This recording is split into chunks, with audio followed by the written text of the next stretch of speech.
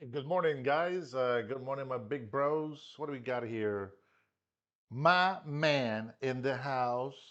I think the audio is okay. Robert, how are you, my friend? Good to see you guys here. Cool Cat Renee, good morning. Good morning, Happy Mac in the house. Well, I have been trying to catch up with you guys' emails. Sorry, I haven't been really checking them every day. But I want to thank you guys for your wishes, for links, information that you guys send. I appreciate all that. Um, I'm normally looking at all those things anyway, but the fact that you guys are sending me some links, I appreciate that. They just had a pew pew incident in Minneapolis. Well, what else is new there? We will touch up on some Minneapolis today for sure. Got gorgeous coffee mug in the mail yesterday, says my man. Oh man, I appreciate you guys, man. I'm telling you, it took forever for me to mail those mugs. It's I learned my lesson. So, and I'll talk a little bit more about that. Let me just say, hey, good morning, Samuel. Good morning. You're very welcome, my man. Uh, Samuel, I heard that people in the UK are getting arrested simply by chanting England, England, while protesters are chanting for free Palestine and globalize the Antifada are free to roam the country, and the dumbass white British cops are arresting actual British um, um citizens, patriots. I don't know what's going on over there, man. But I hope everything gets better for you guys. All right, let's see. ¿Qué pasa, Lone Wolf? It's not true. Oh, that's good to hear, bro. That's good to hear. And maybe some of the old videos are coming still out, on social media. I am so glad to hear, Samuel. That's very good news. Earshot, whining, libtard. That's what that emoji is. If you guys don't know that emoji means whining, crying, libtard. In some cases, libtard. The rule Britannia. Thanks for the coffee mug, Dennis. Is still in my do not touch area. Absolutely. I'm glad you guys love it. Um, as I get back to the States, as I get more funds, right, more income coming in, I am going to be doing a little bit extra. I am looking at these different types of mugs so that you guys can actually get one yourselves. But I'm still waiting for the notification to come on my phone so that I can look at this live. Unbelievable. Well, let me go ahead and start an introduction with last night I had a conversation. Now I've been here talking with family, friends, some neighbors, and last night I finally found somebody that went against me on this whole, Juan Orlando Hernandez being innocent here in Honduras. He is actually a liberal, he says. And we did have a conversation about it last night in a specific. Great conversation. He disagreed with me on 50% of the stuff. Lone Wolf says the part that isn't true is that they are arresting people for Facebook posts, but they're protesting for Iran, not Palestine. Oh, I see Iran. Thank you, Lone. This is Assurance Jesus. I'm born of his spirit, lost in love. Don't know what that means, Renee. If you lost me in there with your typos, my friend. We're going to go ahead and listen to President Trump, which when he participates with the Board of Peace. I know that you guys have probably seen it already. I am still catching up to some of these long videos, and you know me, I like to watch them with you live. So You're in my live, but the video has been played about a day or two ago. Let's see. What else do we have in here? I think is that everybody in here? Okay. All right. Give sec. Give sec. I want I want to be able to chat with you guys. So let's see. Okay, there we go. Okay, there we go. That's what I was looking for. Now I'm with you guys. Now I am with you.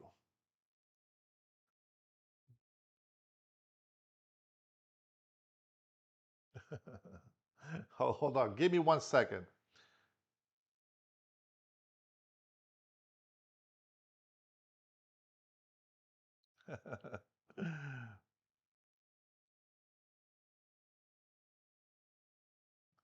I gotta tell my brother that I am live with you guys, okay?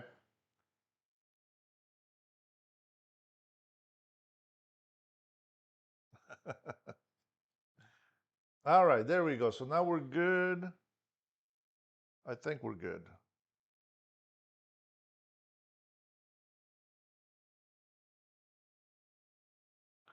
La, la, da. You know what? I really like that song, that little music that I played there for the intro. I like a lot. All right, so I had a conversation last night with another YouTuber. I don't want to get him in trouble, but his name is Felipe Benegas. Now, he's a YouTuber influencer. By the way, he has 3 jobs here in Honduras.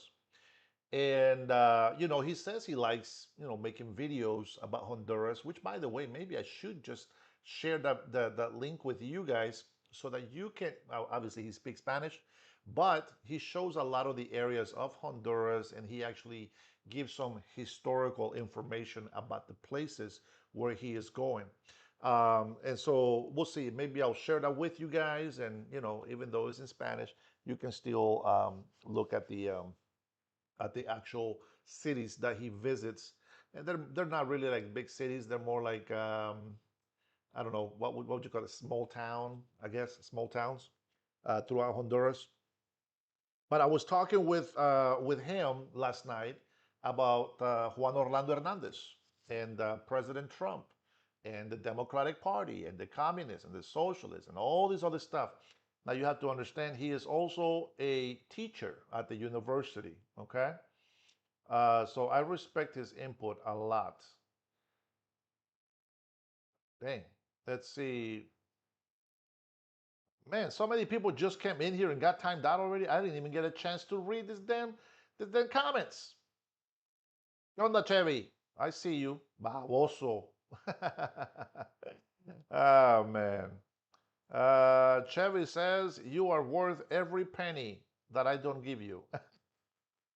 All right. See, Chevy, that's why you got blocked, bro. That is why you got blocked. Oh, you came to the right channel because we're going to talk about illegal immigration, my friend. We will talk about illegal immigration. Good Piner, how are you? Good to see you here. Always good to have you, my friend. Jim, good morning.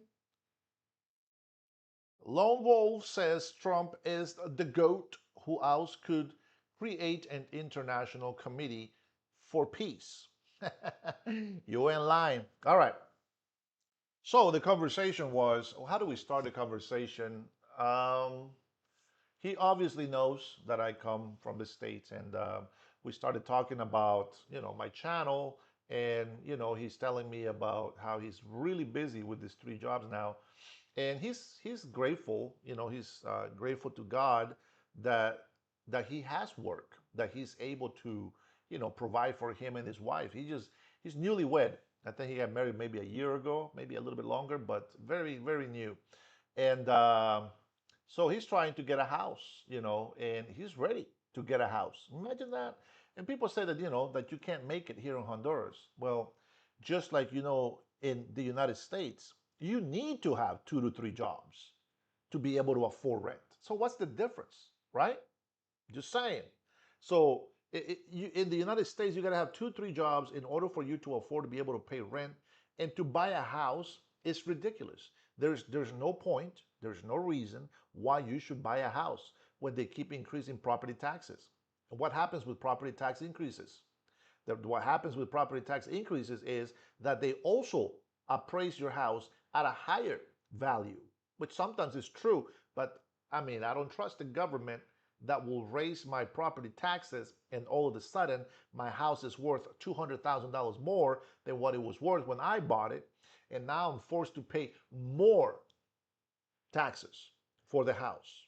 It turns out you don't even get to own the house. You're paying so much in taxes.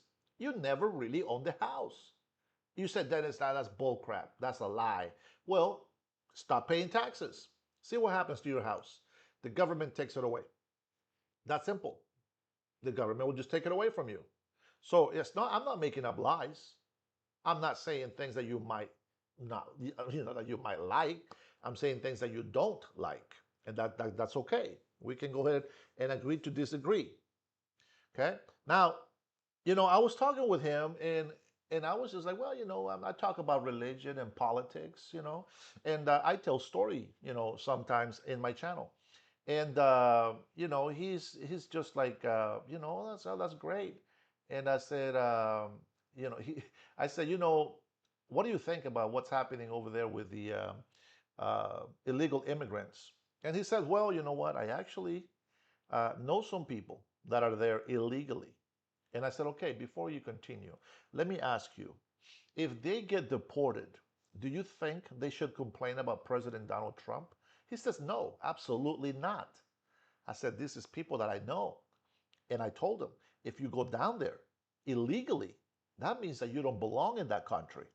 And if you get deported, that's your fault. You're taking 100% of the risk. If you take family down there, up there, and you get deported, that responsibility is solely on you, 100%. So I was glad to hear that. So that's the part where he agrees with me.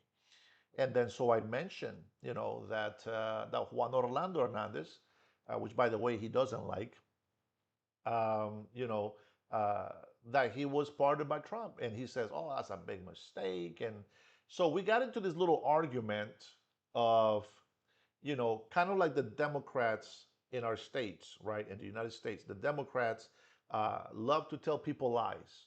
We all know about the smear from Nancy Pelosi. We know all this stuff. If you have been following me long enough, you may have seen the videos and clips where we show you the truth of these comments that we make today. Now, if you haven't seen those, well, you've been missing out a lot. And my lives are hours long. Here in Honduras, they have not been that long for various reasons. One, it's the time is a lot different. So people are doing things, when, like right now, I'm here about what, an hour early than normal. And, I'm just like, everybody left. And I said, you know what? I need to stay home. I said, why don't you guys go do what you got to do? And I'll wait right here. I have until noon, supposedly, maybe a little bit longer. And we're going to head out to the mountain. So I'm just giving you a little, information of why the lives have not been that long. But normally, we get 2, 3 hours easily, 4 hours, especially when we're watching live feeds, news and stuff like that. And then we talk about it afterwards. Junior Vasquez, oh man, ¿qué pasa, man? So out of everybody, thanks for the gifts, my friend. Out of us, Curly, thank you for the laughing disco. Uh, Jr. You sent me the address too late. I had to make a sort of an emergency trip to Honduras, and I am now in Honduras, my friend. And I didn't get a chance to send your mug. I know, it's free and there's no obligation, but I felt obligated. I went and took all the mugs to the postal office. Don't worry, we'll get back to my topic. I went to the postal office and I had all the cups and I had to put the address. Well, my wife was putting the address on the mug cups, on the boxes outside, and I was doing one by one, sending them to everybody's address. And my wife did not write your address on the list. So I had to take that mug back home and I will send it to you once I get back to the United States of America.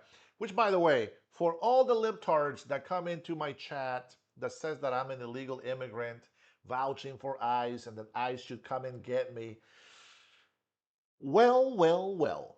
Well, look at this illegal immigrant pretending to be an American citizen who travels to Honduras and will go back to the United States of America. Wow, I think they might be wrong. Oh man. Uh, Driving into snow apocalypse. Ah man. Hey, you know what? Prayers, man. Prayers for everybody. I heard there's going to be some really hard storms going on. Brian, good morning, big bro. How are you? I hope you and the family are doing okay. Claudette, welcome to the chat. Welcome, welcome. I hope that you find this information interesting and to your liking. Guys, if you guys are coming into the chat, don't forget to hit the like and subscribe if you haven't subscribed yet. We will get into this point very, very soon. Get some. There you go. Yeah, yeah, yeah, Brian. Okay, here we go. All right, you know what? Why don't we go ahead and start with a small prayer. Um, you guys know I pray on my own, but I normally don't pray on my show. But there's times where I feel like we should do a small prayer. So if you're Christian, if you believe in God, and whatever you believe in, if you want to pray with us, I'll more than welcome you. Okay, and if you don't like the prayer, then you can get the heck out of my show, and then you don't have to be burdened by it. Okay. All right. Well, thank you, Father. Thank you, Father, for another day. Thank you, Father, for another blessing, for another opportunity to prove ourselves worthy of your love and mercy, which you so kindly have shown us. Father, I believe that you are the God of Abraham, Isaac, and Jacob. In you I trust alone. And I thank you for your love and your mercy. I thank you for your Son, Jesus Christ, your only begotten Son, who came and died for my sins and the sins of everybody in this world so that we may have a chance to get close to you, Father, and reconstruct, rebuild, and reconnect in our relationship between man and God. And we thank you, Lord. Father, please forgive us of our sins. Forgive us of our trespasses as we forgive those who sin and trespass against us. Father, we thank you for everything that you do. Father, give us today our daily bread. Give us your word of wisdom. Father, give us a word that we can share with each other. Father, forgive us of our strong language sometimes. Father, I believe that we are able to express ourselves, and I don't believe in any way that the words that we use in my show are not to be used. I have my limits on some of the things that I say. We want no sexual perversion in our channel. We want to make sure that everything it is a righteous word that we can say to each other. Insults and such things is part of our daily life in this world, and I make no excuses. You know my heart, you know my mind, and you know that I am always honest on everything that I say. Father, today, with my brothers and my sisters here on this channel, we ask you, Lord, that you protect every single one of those people that are being affected by these big storms. I understand why things happen, but I ask you for your protection. May you help those who are in need. Father, have mercy on every one of us. Have mercy on every one of our brothers and sisters that are going to be going through some hard times. Help them be prepared. Give them some wisdom, Father, but overall, give them love. Fill them with joy. May they not despair. May they not fall into depression. May their anxiety leave them now in the name of Jesus Christ. Father, I pray that you protect our nation as I pray that you protect Israel and that your Holy Spirit be upon them, protecting them, making them stronger, getting them wiser, and making sure, Lord, that your name is always exalted and glorified. Father, I pray in the name of Jesus Christ that you have control of everything, and I pray that you take care of every single one of those people who will be in need. Father, let your will be done on this earth as it is in heaven. And all the glory and all the might and all the blessings are always from God to God, and we go around and around. Let me be clear, we are His creation, and as we receive our blessings, we send that blessing right back to the Father because that's where it belongs. Anything glory that we might encounter should always be directed to God the Father. Now, if it gets confusing to you on the way that I speak, just so you understand, I'm always translating my words when I speak English. So I apologize if some of these things that I say are confusing, but I do pray for the safety of all in the United States and Canada, and whatever countries are being affected by this really cold storm that's going to be hitting the states in our countries. All right. With that being said, so we continue talking about the illegal immigration, and he agrees with me as a Honduran that has three jobs. He's looking for a house to buy.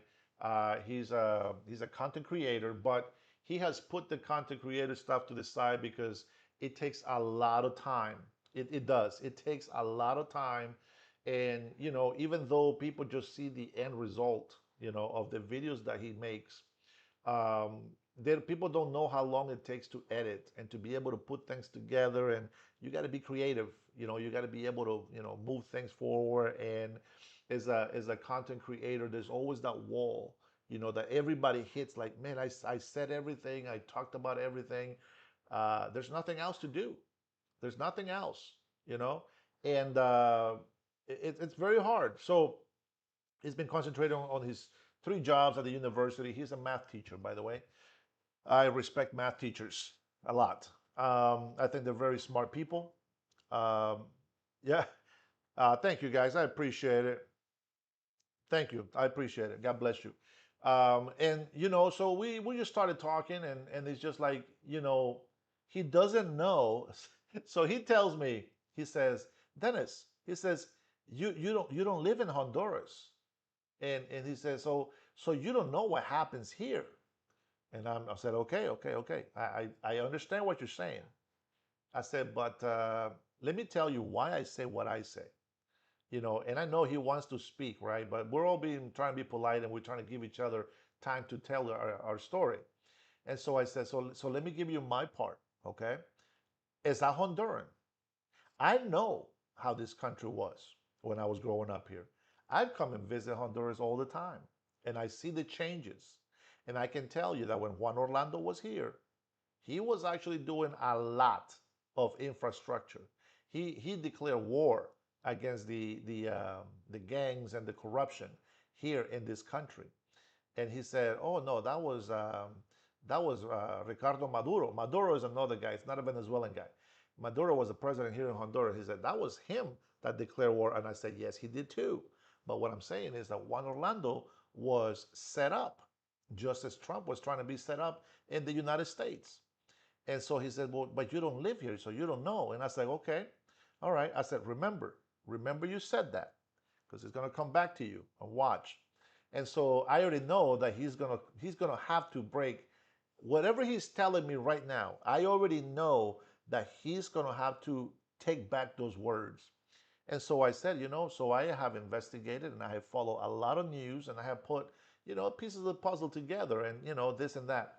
And so he says, well, you can't say that because, well, you don't live here, so you don't know. And I said, okay, all right, let's go with that. I said, go ahead and continue and tell me what you think. And so he's giving me all this information about the president of Honduras and how he was corrupted. And how is it possible that there were drugs coming through Honduras without him knowing? And I said, well, if there's things the president's probably not going to know, especially if the administration is keeping it from him. And he says, well, that was an inept. That means that he is not good to do the job, and he should be out of the presidency. And I said, well, that's not true. I said, because maybe he does find out that somebody's lying, and he fires them, and then the people get mad at him for firing somebody for not doing their job. I said, I've seen it over and over and over. I said, socialists, just so you know, the new socialists they're not socialists like they are socialist, communist, Marxist. That is the new socialist. society that we have today. And so he starts telling me that President Donald Trump, he says I don't hate him. He says I think that President Trump is the only president in the world that has the balls to do what needs to get done to bring peace to the world.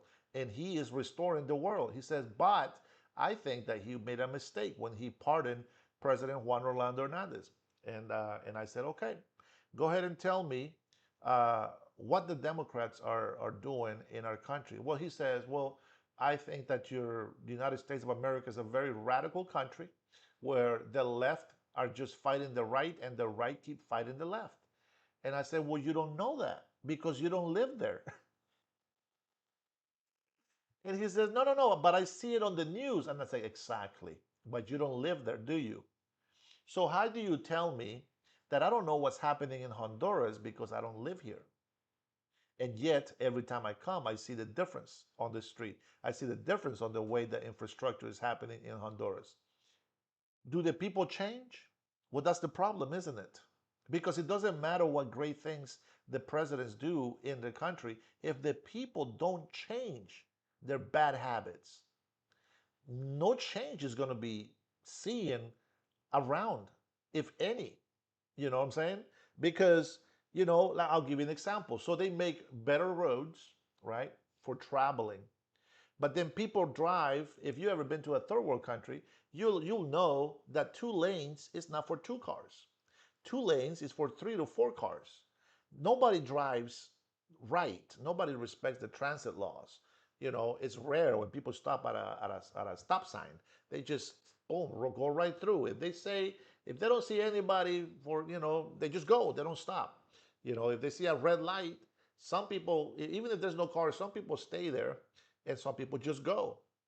And I said, so I see changes in the laws, and it's great. And I see changes on the streets and the roads, but the people still drive the same because their mentality hasn't changed. So there has been no education on respecting the law. Why? Because there has been corruption for such a long time. And people just don't trust the police anymore. They don't trust the military for that matter. And so they're having an issue where, hey, Ozzy, how are you? Dirty Money, welcome. Baba, good morning, my friend. So the mentality is okay. There is a lot of changes in Honduras, but the people still think the same way. And so this is what I tell you guys in the United States of America. When you allow migrants to come in every year, I mean, there should be like almost 1 million people that we accept in the United States legally. And that's great. That's a good thing. We love migrants. We love migration. Great people come into our country when they're vetted, hardworking people, no criminal backgrounds. And I mean, at least if it's not 100% proof, it's a very high percentage that people that come into our country that are vetted are going to be good people to keep in the United States of America. So everything that I see here is still the same way. So what happens when you have a bunch of people that don't respect the law, they don't want to be vetted, they don't do a criminal background check, they live in filth, they don't respect the law, they blame the government for everything and their mama, and they don't do anything to help themselves, right? Like my friend Felipe. Felipe has 3 jobs. He loves his wife. By the way, this guy, I argue with him and we say goodnight with a hug. You know, we're brothers here in Honduras. And we had this big argument back and forth, back and forth, back and forth, respectfully. And I disagree with 50% of the things that he was saying. He disagreed with 50% that I was saying. But the fact is that where it matters is where we agreed, and that was the legal and the illegal migrants. As a Honduran, he believed that that's the wrong way to go about doing things. And he agrees with me that you shouldn't complain when you get deported. Why? Because you know exactly what you're doing by going into the country. It doesn't matter if it's the United States, into any country illegally. And so that's the educated people talking. you know I have my disagreements because what I have found out about the setup against, Juan Orlando, and I gave him the history from Venezuela, boom, this and that, and then the Democrats and the whole socialist, communist, Marxist, and how they, the president that just got thrown out, agreed that the Nicolas Maduro, the dictator, illegitimate president, was an actual president. And I said, and the guy that they put in jail did not want to legitimize his presidency, and they lied about everything that he was doing. Was his brother or whoever else involved? Probably. And just because you say, oh, you think he's not going to know, you don't know that. You're just making speculations now. That's just hearsay, hearsay. There's no facts. You got to have facts. And you don't get to have your own facts. You got to have actual facts of what you're talking about. Because if you don't just go with actual facts and just go with a little theory that you think is the truth, that's not going to work. So, anyways, make a long story short with that, right? We ended up, with a hug, say goodnight. Maybe we'll get together next week. He's so busy, unfortunately, and I can't really hang out with him too much. But maybe one day I'm gonna have some coffee with him and his wife. His wife seems so lovely. His father also seems like a good man. And so I tell you all of this because there is people that leave Honduras and then they go over there to the United States of America. And what they do is, instead of assimilating to the American way of life, they find a neighborhood where there's more Hispanics like them. And so they're used to breaking the law. They didn't get vetted. Even though they work, it doesn't mean that they're good people, meaning that they can go to work because they know they need that money. But they don't go to work because they say, oh, I want to help the United States of America. Oh, I wanna do this because this country is such a great country. It is the American dream. I want to have the American. That's not why they do it. They do it because they got to drink. They do it because maybe they have a drug habit. They go to work because they got to make money to be able to have a roof over their head. That is responsibility. That's not, they're not going over there just to have a vacation time working. They can be criminals. They can be killers, rapists, gangbangers, all the stuff that's being deported right now by the ICE agents. All of these people, they can all work. They can all do roof work. They're good laborers. But that doesn't mean that they don't have a criminal record behind them. So when people say, oh, they're just innocent, they just want to work, there's nothing wrong, shut the hell up. Pay attention, will you? Stop playing dumb. Don't be so gullible. Leave your emotions out of the equation and think common sense. Think of national security.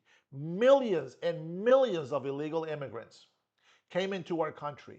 And you want to complain about showing your passport? You want to complain about answering the question when they ask you if you're an American citizen?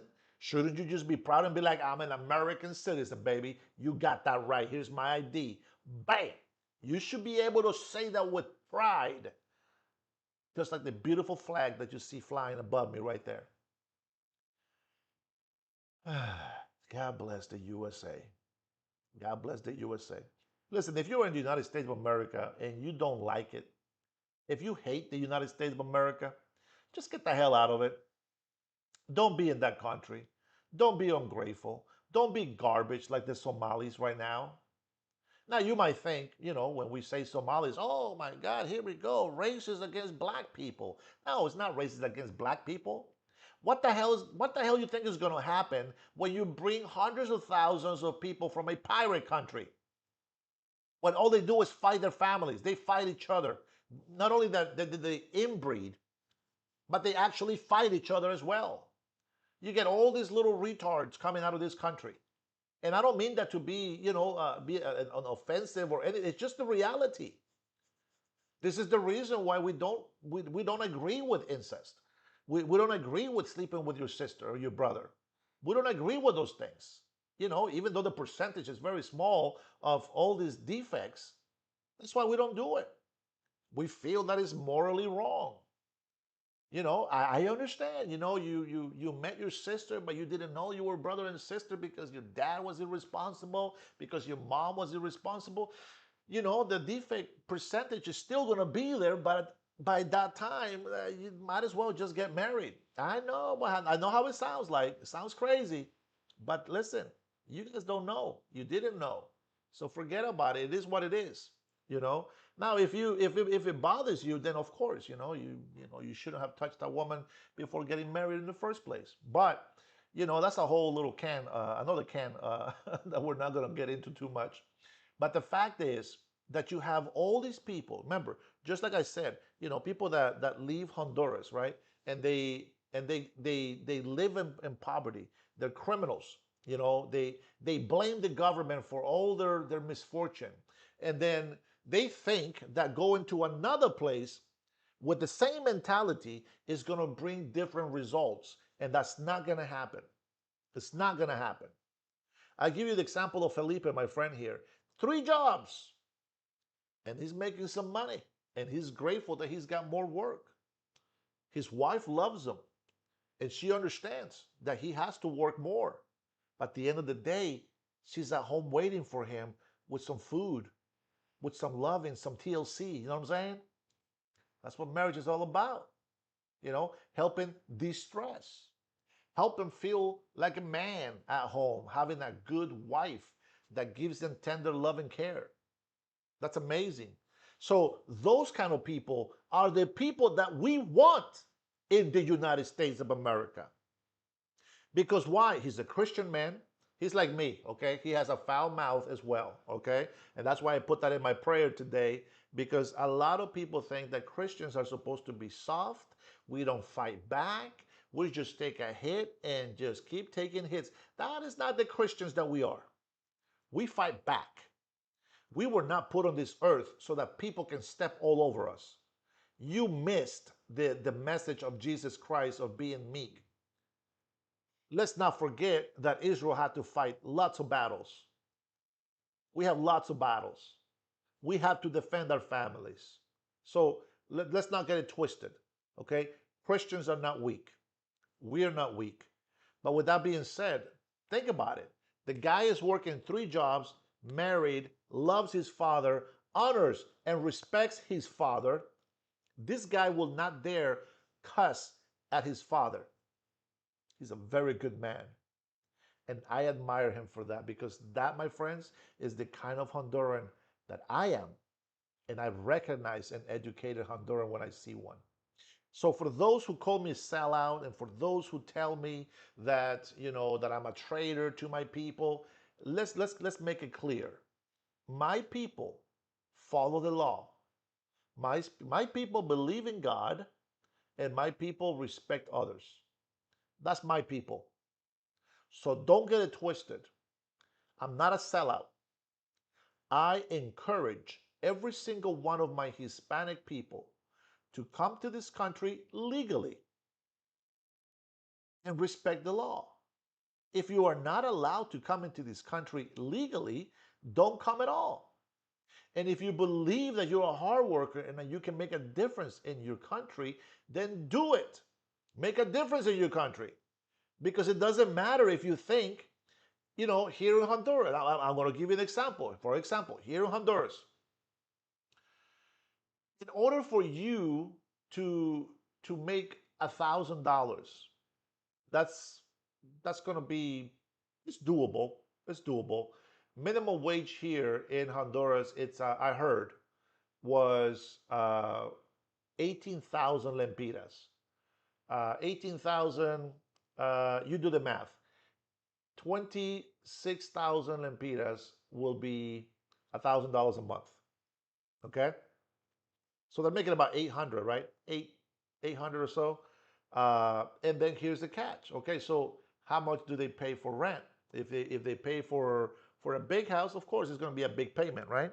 But if they pay for a small house or something that they already own, or etc., their payments are doable. Maybe they're $200-300 a month, right?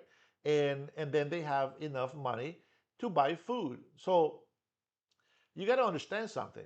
If you're poor, you can't expect to be eating like rich people. That's just not how it works. But like, I can definitely be so happy here buying my ripe plantains, buying some beans, some rice, getting a bunch of eggs, getting my milk. You got all these items in here and you got vegetables and they're very affordable. They're not that expensive. To me, they don't look expensive. On $1,000 salary, it's very doable and you can live okay, but you're poor. Poor meaning that you just don't have the extra money to get that very expensive ride, right? If you want to go flash money around and you say, "Oh, I got this nice car," well, now you got a payment on the car and it's probably a lot of money, right? So then you stay broke and then you go into this debt. It's the same thing that happens in the United States of America. I'm telling you. So, with that being said, Felipe has his own car. He is searching for a house. He wants to give his wife a house. Very, very nice.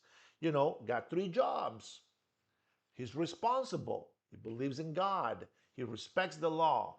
This guy is an example of what a Honduran should be like. Okay? And if he happens to watch this video, I want you to know I mean every word that I say about you. With that being said, the mentality of those poor people who break the law, who are criminals, that are so used to living in filth, they will never change. And all they're going to do is turn whatever city or community that they go into in any country, not just the United States of America, but in any country, it will turn to shit. It will turn into a ghetto. It will turn into a crime infested community. Why? Because their mentality has not changed. But what happens to those few Hispanics that go out there in small numbers and they have to be mixed in with other dreamers, with other Americans that actually do something for their life? They don't depend on the welfare. Listen, if you are disabled, if you are in need, temporary need, by all means, you're an American. Get it. Get it while it's there. I'm not saying that you're a horrible person if you get welfare. No, absolutely not. We got veterans that are disabled. They need that money. They should get that money. They should get their social security. They should get their welfare. They should get the food, medical, everything. They should get everything because they're Americans and that's who we work for. That's who we pay taxes for. For some people that say, "Oh, get a job," this is not a job. I'm going to tell you something. My channel depends on viewers like you. You guys have heard the message because of your donations, your super chats, your PayPals, all these things that you guys give me. Because of that, I am making a living. I am pouring money into my house with my family, with my wife, for my children. She works, I work. This is what I do for a living. And I pay taxes on this. Don't think that I don't pay tax. I have to pay taxes for any money that I make on YouTube. So it is a job. You know what makes me a professional?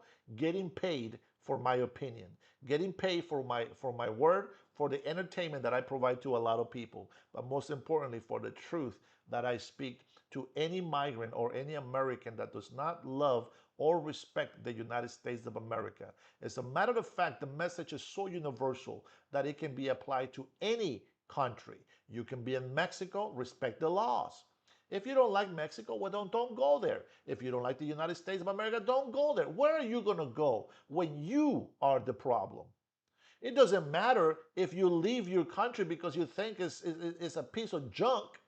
You can't just go to another country and turn that country into a piece of junk. And then you'll have the nerves to say, "Oh, migrants, we built this country." Yeah? Well, what did you do in your country? What did you build over there? If you were so important for Mexico, why didn't you build Mexico better? "Oh, well, the government," and then shut the hell up. Stop making up excuses. Assimilate. Come to the United States of America and assimilate. What is the American dream? To get a good job, to be able to buy a house with a white picket fence, to be able to raise a family. And what do Americans do? They take it and take it and take it. Why? Because they want to be loyalists. They see a party, they see a governor, a mayor, and they see them making all these bad decisions in their states. And yet they keep voting for them. Why? Because they're loyalists. They're loyalists. They don't care about teaching their children moral values. They don't care about teaching the children to be patriotic, to join civics, respect civics. There's a lot of good things that people are need to be taught when they're little, and instead they just spoil them and tell them there's nothing wrong with you. You just need a hug. No. My friend Felipe says, you know what I don't understand about the United States of America? It's that, and I'm sorry to say it this way, he says, but people in the United States are retarded. They're retards. And I said, hey, man, you speaking to the choir, man.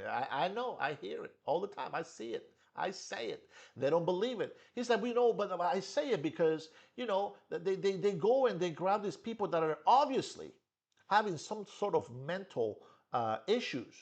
And they tell them, it's okay. Express yourself the way you want to express yourself. You got my support, instead of telling them, hey, no, that's not right. That's not the way you do things. Instead of telling them how to be a better person for society, for the country, they just tell them that their mental issues is not a problem, that it's okay. You talk about transgenders, you talk about LGBTQ. Where do we get all these letters from? We agree on this because we both have friends and some family that are gay. We agree on this. And because the Bible says that we're supposed to love our neighbors, not the sin. We agree on this. That if a man wants to be with a man, hey, that's your thing. Keep that in the closet. If you're a woman, whatever, you're gay or lesbian, whatever you are, keep it to yourself. That's your decision. But the moment that you start thinking, oh, well, I'm a man in a woman's body, or I'm a woman in a man's body, and then you want to be transgender and all this other stuff, we have a problem. That's a mental problem. Huge mental problem. That is a mental illness. And if you don't think it's a mental illness, let me tell you something. If it goes untreated, and by I mean untreated is people just keep saying, oh, hey, it's okay. Be who you want to be. It's okay. And you don't address it, you get a higher depression rate. You get a higher suicidal rate. You get people that are unstable. They're pumping themselves with these chemicals that are the opposite of what their bodies are meant to take. If a woman takes too much testosterone, it's going to mess her up. If a man takes too much estrogen, it messes him up. Yes, we are humans. Of course, we have some similarities. Of course, we're going to have probably similar attitudes, right?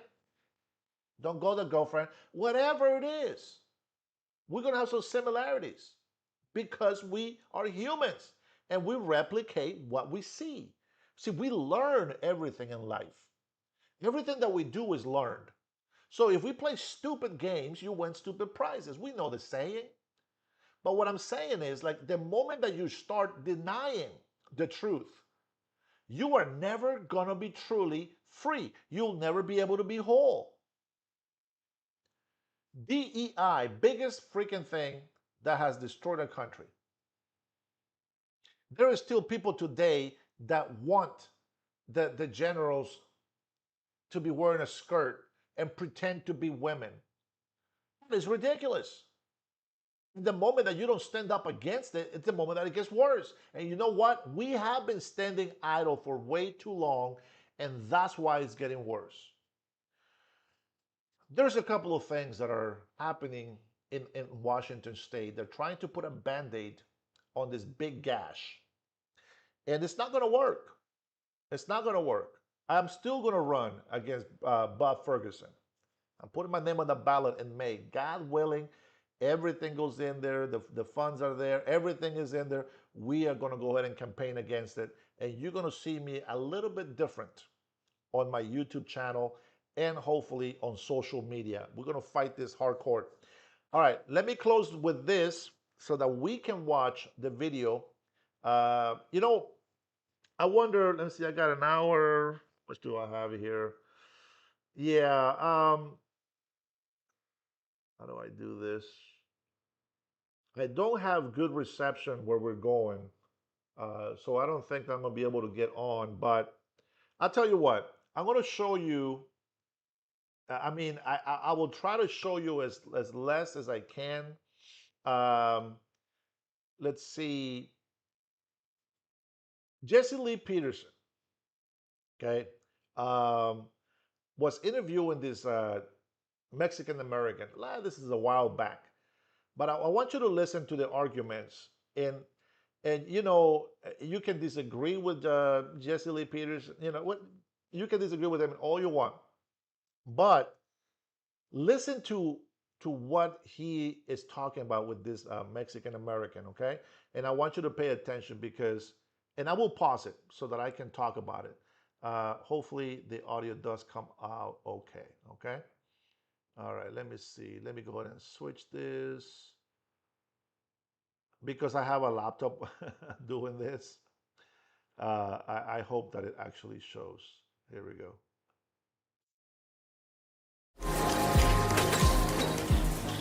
You understand why we don't want you guys here, right? Why is that now? Because you guys come here and you turn our country into Mexico. You become lawbreakers.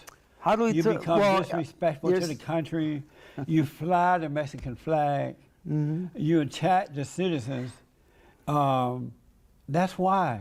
I mean, you're talking about disrespect. Yet again, we're one of the few countries that wears the American flag all over, even in our underwear. Who? The United States citizens. And what about that? Now, why disrespect the flag that way? Then you're talking about disrespect. And here, the United States, the people, disrespect the flag. Here you are, here they What talk does that have to do with illegal aliens? Well, you're talking about disrespect and honoring the country Right. and this and that. Well, now here we disrespect it with coming from our own homes, coming from their own home. People wearing the flag, wearing their flag. Well, the flag. But These are American citizens. but now doing you're this to the also flag. generalizing that because of DACA we are allowing all these criminals just like they are in Mexico, and you're generalizing Mexico as a whole as a criminal country. It have to be because those people are trying to come here. They're not trying to stay in Mexico. A lot of those people that are under DACA, they have been here since they were children, babies. That's no excuse. I didn't tell their parents to let them come. But then again, it doesn't mean that because they've been here since they were Mexico children that they're going to be criminals. Mexico is, I believe, the sixth largest. They have the sixth largest economy in the world, right? Is that right? Okay. Why don't you guys stay there and build your own country? You have enough. The economy is the sixth largest. If you guys stood up and fight in Mexico the way. So that's legit. The question is legit. I'm telling you, even if this video is like 200 years old, it is on point. The question is legit. Mexico is a rich country. Okay, Mexico is a rich country. Now the problem is the government. Okay, the government is the problem. Now listen to the question and watch it to his actual answer on this. You fight to get them here, then you can make Mexico great again. Well, because Mexico may be rich, and it has, and like you say, Not maybe, it is. it is rich. But So then why again, not when it fight comes for to your own country the way you to fight to break the law and disrespect us once you get here? Why not use that same energy in your country? because right now, as it is, as far as wages go for people to work in Mexico, it is very Because very you're not poor. fighting back there. They have the Okay. sixth largest economy. You Yeah. can fight back and create money. And people have been fighting back. No, you guys are here fighting us. We're not fighting anyone. People have been fighting, but we're not fighting anyone. Yeah, Jesse Peterson, this is an older video, but hey, listen, the message is very clear, and a lot of illegal immigrants or people that are just plain ignorant, they will make any excuse to break the law. But listen to this is probably one of the best videos I have ever seen on this issue. And I know it's not the format you want, it's not the English you want to hear, and maybe this guy is not the brightest, but it's the actual truth of what happens in this country. So they make all these excuses about how bad the United States is and this and that. But at the end of the day, they know he knows Mexico is rich, right? He said it. He says they're fighting against the government, but then he says nobody's fighting. The problem here is that if he really believes that those who says they're migrants, that they are so good for our country and have rights in our country, why can they do that in their country? And you know, JLP is over here telling it like it is. Why are you fighting us? Why don't you go fight Mexico? That's your country. What do you think of the race relations in America today? Race relations Race relations. between whom? There's so many other countries that we have been involved with. Between the blacks and the Hispanics, the whites and the Hispanics. I believe that the 20 years ago, and I can tell you this from what I saw when I was first started teaching, there was a lot of problems between the blacks You and the were a school Hispanics. teacher? Baba, big shout out. Thank you for the PayPal, brother. God bless you. Thank you so much. I am. Okay. Between the blacks and the Hispanic. Nowadays, there's a lot more unity No, between the black and the Hispanic. true. There's a lot more unity. not true. It's still bad. Okay, you know, and it It's might still be bad. regional. It might be regional, but it is not as far as country. From what we've seen, you know, in the media, it may be fake news as No, it ain't fake news. your I president see it all the says. time. You know, Blacks but and Hispanics do not get along. well, you know, in your opinion, No, in no, my no. opinion, blacks and Hispanics nowadays get along a lot more than what they did in the. The only reason why he says that blacks and Hispanics that we get along better now is because he's talking about the people that come together and play the victim card. They are see nowadays now you're gonna hear more of the brown and black. It's all racist, always racial. It's always racial, and they're always gonna say, "Oh, the blacks and the browns, you know, we are the oppressed people, and yeah, you know, we have a lot in common. The white man is our enemy." And that's the way that they see the United States of America. That's why they come here and they can do anything, you know, the right way to actually protect those migrants who have done it the right way. Those who really represent the hardworking class, but not only the hardworking class, but those who actually respect the law, which will in turn will be a better, much better qualified candidate to become a resident green card alien holder and or become an American citizen. Somebody that loves this country. It's they should have the right to be an American in this country, but they really got to love this country. And so these guys over here, they're waving the Mexican flag and they think that's okay. Well, it's not. Past. No, not true. What rights do the illegals have? They're coming in illegally. What rights do they have? The undocumented people, you mean, have, you know, they have, you know, everybody Undocumented means illegal immigrant. here, documented or undocumented, is protected with the same rights that a U.S. citizen has, Really? that a U.S. resident has. So you're saying that the So he says that illegal immigrants and legal migrants, they have the same rights as American citizens. You hear that? What do they come into our chat and what do they say in our chat? That's exactly what they argue, but that's not true. And for those dumb Americans that say the Constitution is for the world, they're stupid and don't ever listen to them. The Constitution of the United States of America was made for American citizens. And when it mentions persons, it means American citizens. Persons is just plural. That's it. A person that lives in this country, meaning they are citizens on here. I don't understand why this confusion is just because it doesn't say American citizens. The Constitution was made for the United States of America, for Americans. Even the slaves had to fight for their rights because they were born in this country. But these guys, they think the Constitution tells Mexicans to come here illegally and that they have the same rights as American citizens. How is that possible? How can you sit there and just believe this?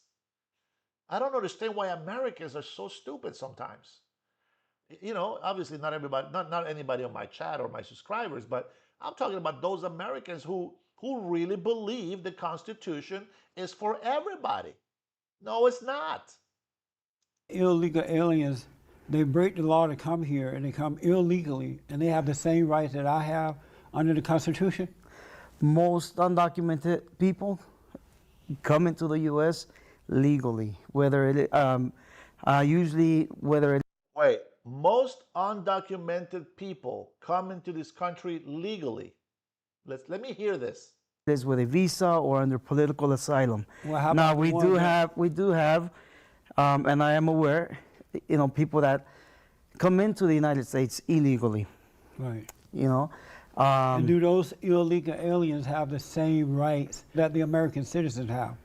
they do. They are protected. Yes. They have the same rights under the Constitution. Not all the same rights, but they do have some rights that are. What that they are rights do protected. they have once they break the law to get here? You know- what rights do they have? Give me an example. On our First Amendment, they do have rights to, to an attorney, for example, to have legal counsel, No problem. whether they are here legally or illegally or undocumented. They do have the same rights as we all do of free speech. As of Are you now. joking or what? No, I'm not joking. You really believe that? Let me ask, were you born in the United States? I was born in Mexico. You were born in Mexico? I was born in Mexico. And are you a U.S. citizen? Yes, I am. And did you come here illegally? No, I came here with a visa. Oh, so why can't you tell them to do that? Like what? Why don't you tell these other ones to do the same thing? Come in the right way. Because every person's case is different. Every person's case is different. From, if you were to speak to, every person that is asking the United States government to come and allow them to be in the United States, every person's and their family, they need to look at their case individually. No, but they should come through the front door so they can do that, not the back door, like And thieves. No, they're not. Are they breaking the law by coming here illegally?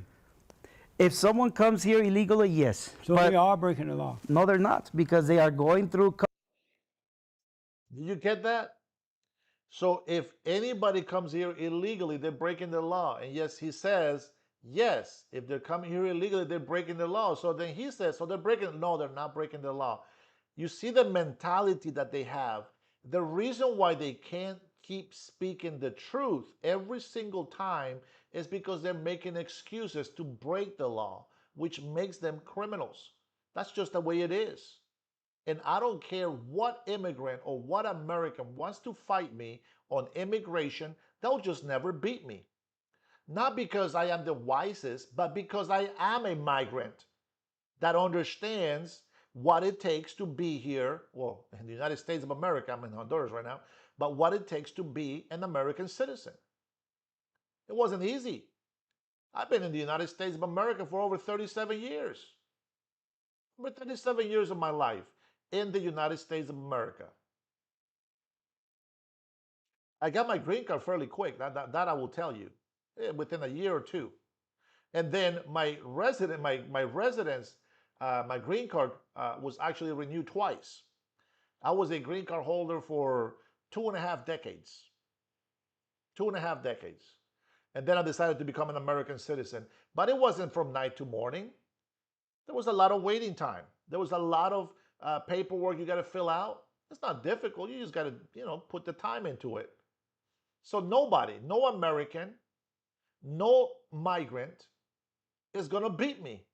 That immigration laws needs to be respected. I don't care what country they are. The fact that Minnesota, the Mayor Frey and Tampon Tim over there, governor, The fact that they say that ICE cannot deport illegal immigrants from Minnesota, that's troublesome in itself. That tells you that they are harboring criminals. And what is the federal law supposed to do in this country?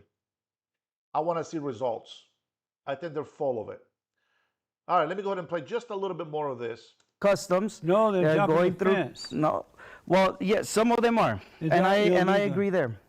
But you also have those people that are going through customs, going through border patrol, with their paperwork asking for political asylum. Amazing. Were your parents born here? No, in the US? my parents and myself were born in Mexico. Did your parents come here illegally? My parents and I came the same way with a visa. And how old were you when you came? I was a year and a half. Do you, a year and a half, are you an American citizen? I'm a naturalized American citizen. And do you love this country? Yes, I do. Do you love it enough to protect us from the illegal aliens?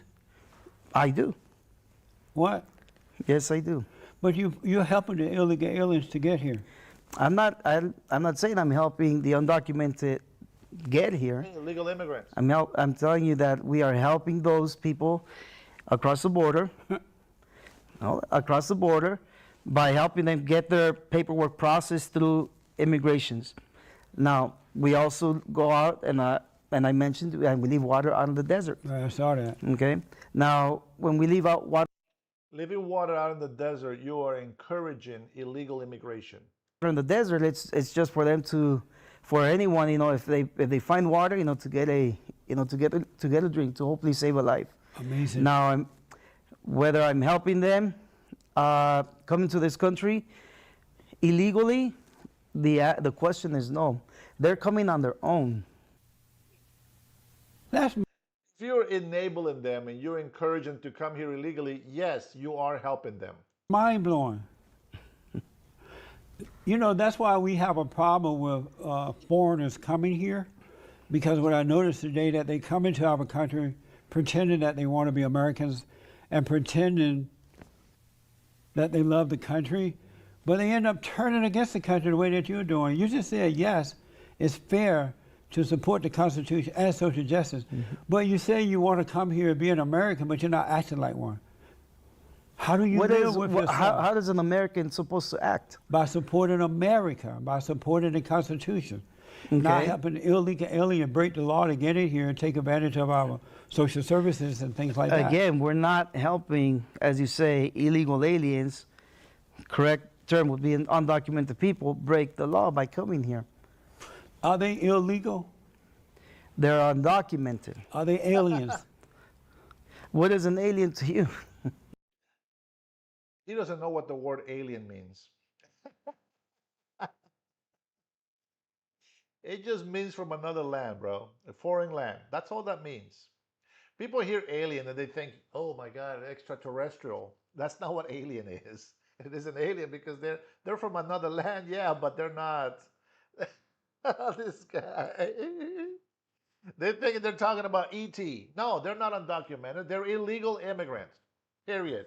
Meaning they have no legal right to be in this country. Human rights is not the same as legal rights. How many times have I said that? An alien is a foreign Mexicans and others person. who are trying to come here out through the back door. Are they aliens? An alien would be, They weren't born here, so they're aliens, right? Okay. Is that right? Well, they're immigrants. Are they aliens? They would be immigrants. An alien would be someone from another country. In this So are case, they yes. aliens? They come from another country, right? Correct. They're not U.S. citizens, right? They're not U.S. citizens. So are they aliens? If they are here, yes. Are they aliens? I just answered your question. So these people who are coming here from the back door, from other countries, are they aliens? That's what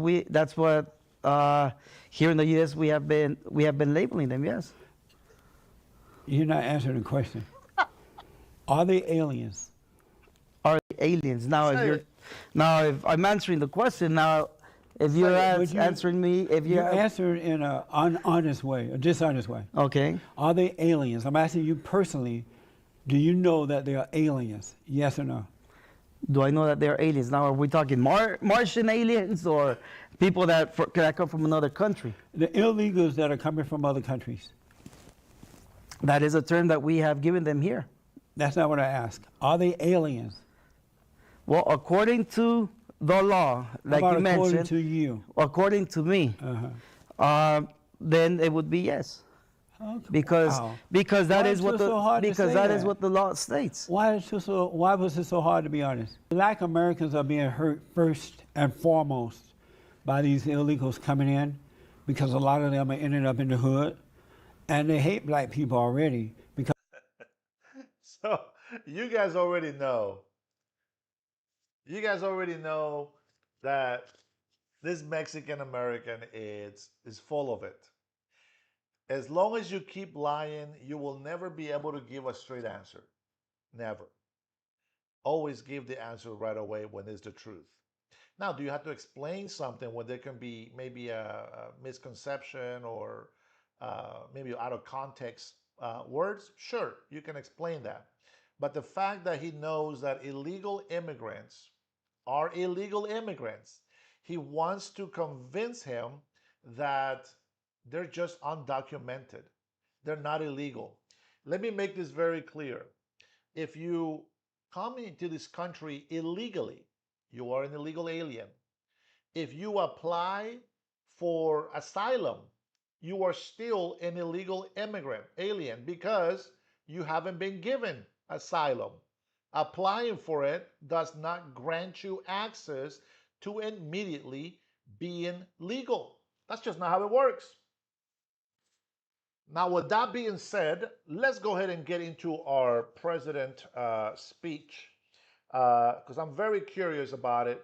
And maybe we'll touch up some more on this interview from JLP on another occasion, because I think it's very fantastic. All right, for my patriots, I am not going to be able to communicate with you guys in here. Thank you guys for if you put in super chats on there, I haven't seen. Baba, thank you for your donations on PayPal. Appreciate you.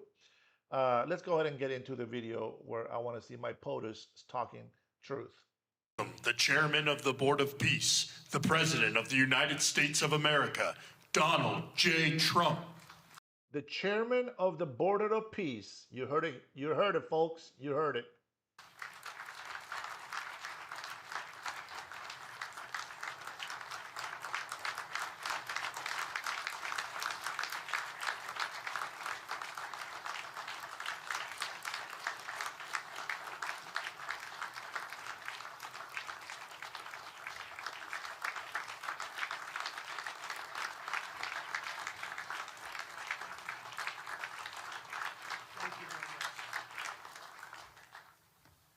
Well, this is a very exciting day, long in the making, and many countries have just received their notice, and everybody wants to be a part of it, and we'll work with many others, including the United Nations. But I want to thank you all for being here. Yesterday, we had an incredibly successful visit with many of the world's top business leaders, the best, the biggest, most successful, and foreign heads of state. And now we have one of the most important meetings of all, the official formation of what is known as the Board of Peace. I want to thank the Secretary of State, Marco Rubio, Special Envoy Steve Witkoff, and Jared Kushner, and their extraordinary work. I mean, they have done an amazing job. We have peace in the Middle East. Nobody thought that was possible. We've settled 8 wars, and I believe another one's coming pretty soon. You know what that is? The one that I thought was going to be an easy one has turned out to be probably the most difficult. Last month, 29,000 people died, mostly soldiers, in Ukraine, Russia. Think of that, 29,000, 27,000 in the month before, 26,000 in the month before that. It's terrible. But we have meetings, and we think we're making a lot of progress. Thanks as well to Secretary Scott Bessent, Howard Lutnick, and Chris Wright, U.S. Trade Representative, Jamieson Greer. They're all doing such an incredible job. Ambassador, Callista Gingrich, who is here and doing a fantastic, really fantastic work. Thank you, Callista. And many other members of my administration who are so committed to peace, and they're also committed to great success. Very importantly, let me recognize the very first group of distinguished members of the Board of Peace. They will be introduced by name in just a moment. Caroline will be doing that introduction. And to each and every one of you, we are truly honored by your presence today. Leaders of countries, in most cases, very popular leaders. Some cases, not so popular, but that's the way it goes in life. Thanks as well to President Karol Nawrocki of Poland, who's a fantastic man. He just won a very big election. I'm very proud of him.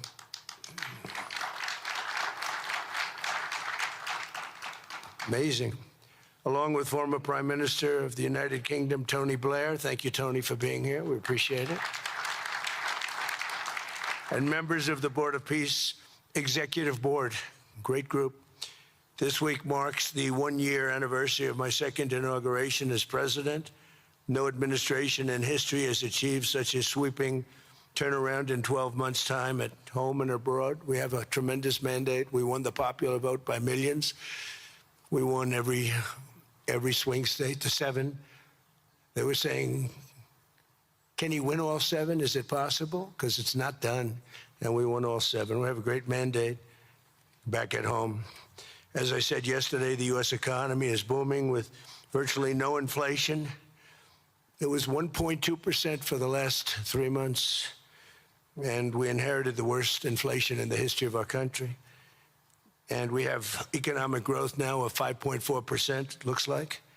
And I think that number can double and triple if we do the right things and if we change thinking so that if you announce good numbers, the markets go up, instead of if you announce good numbers, the market goes down because everybody tries to kill it by lowering or raising interest rates depending on the situation. When America booms, the entire world booms. And we have secured commitments for over $18 trillion in new investment coming into our country, which is a record by many times over, not just by a little bit, by many times. There's no country ever in history that's gotten anywhere near that number. Slashed our trade deficit by 77%. This is in 1 year. Yesterday was 1 year. And signed historic trade deals with nations from all over the globe. Today, the world is richer, safer, and much more peaceful than it was just 1 year ago. We put out all those fires. A lot of people didn't know, including me, that some of those wars were going on. And some of them were going on for, in one case, 32 years, in another case, 35 years, and another one, 37 years. We were very happy to stop the war that had started with India and Pakistan, 2 nuclear nations. And I was very honored when the Prime Minister of Pakistan said President Trump saved 10 and maybe 20 million lives by getting that stopped just before bad things were going to happen. As president, I ended those 8 wars in 9 months, including Cambodia and Thailand. And by the way, many of the leaders are here. Kosovo and Serbia, the Democratic Republic of the Congo and Rwanda, Pakistan and India, Israel and Iran, Egypt and Ethiopia. We're working on that right now. I met yesterday with a very good general and a very good leader of Egypt. We're working on a dam that was built which precludes the Nile River from getting water. It's a little tough situation, but we'll get that settled. I really had it just about settled in my first term, and then we had a rigged election. Took me out of commission for a little while, but here I am back. We'll get it settled. But it's a pretty tough situation. A dam was built, and the water doesn't come down to the Nile. When I think of Egypt, I think of the Nile, but I think of the Nile with water in it.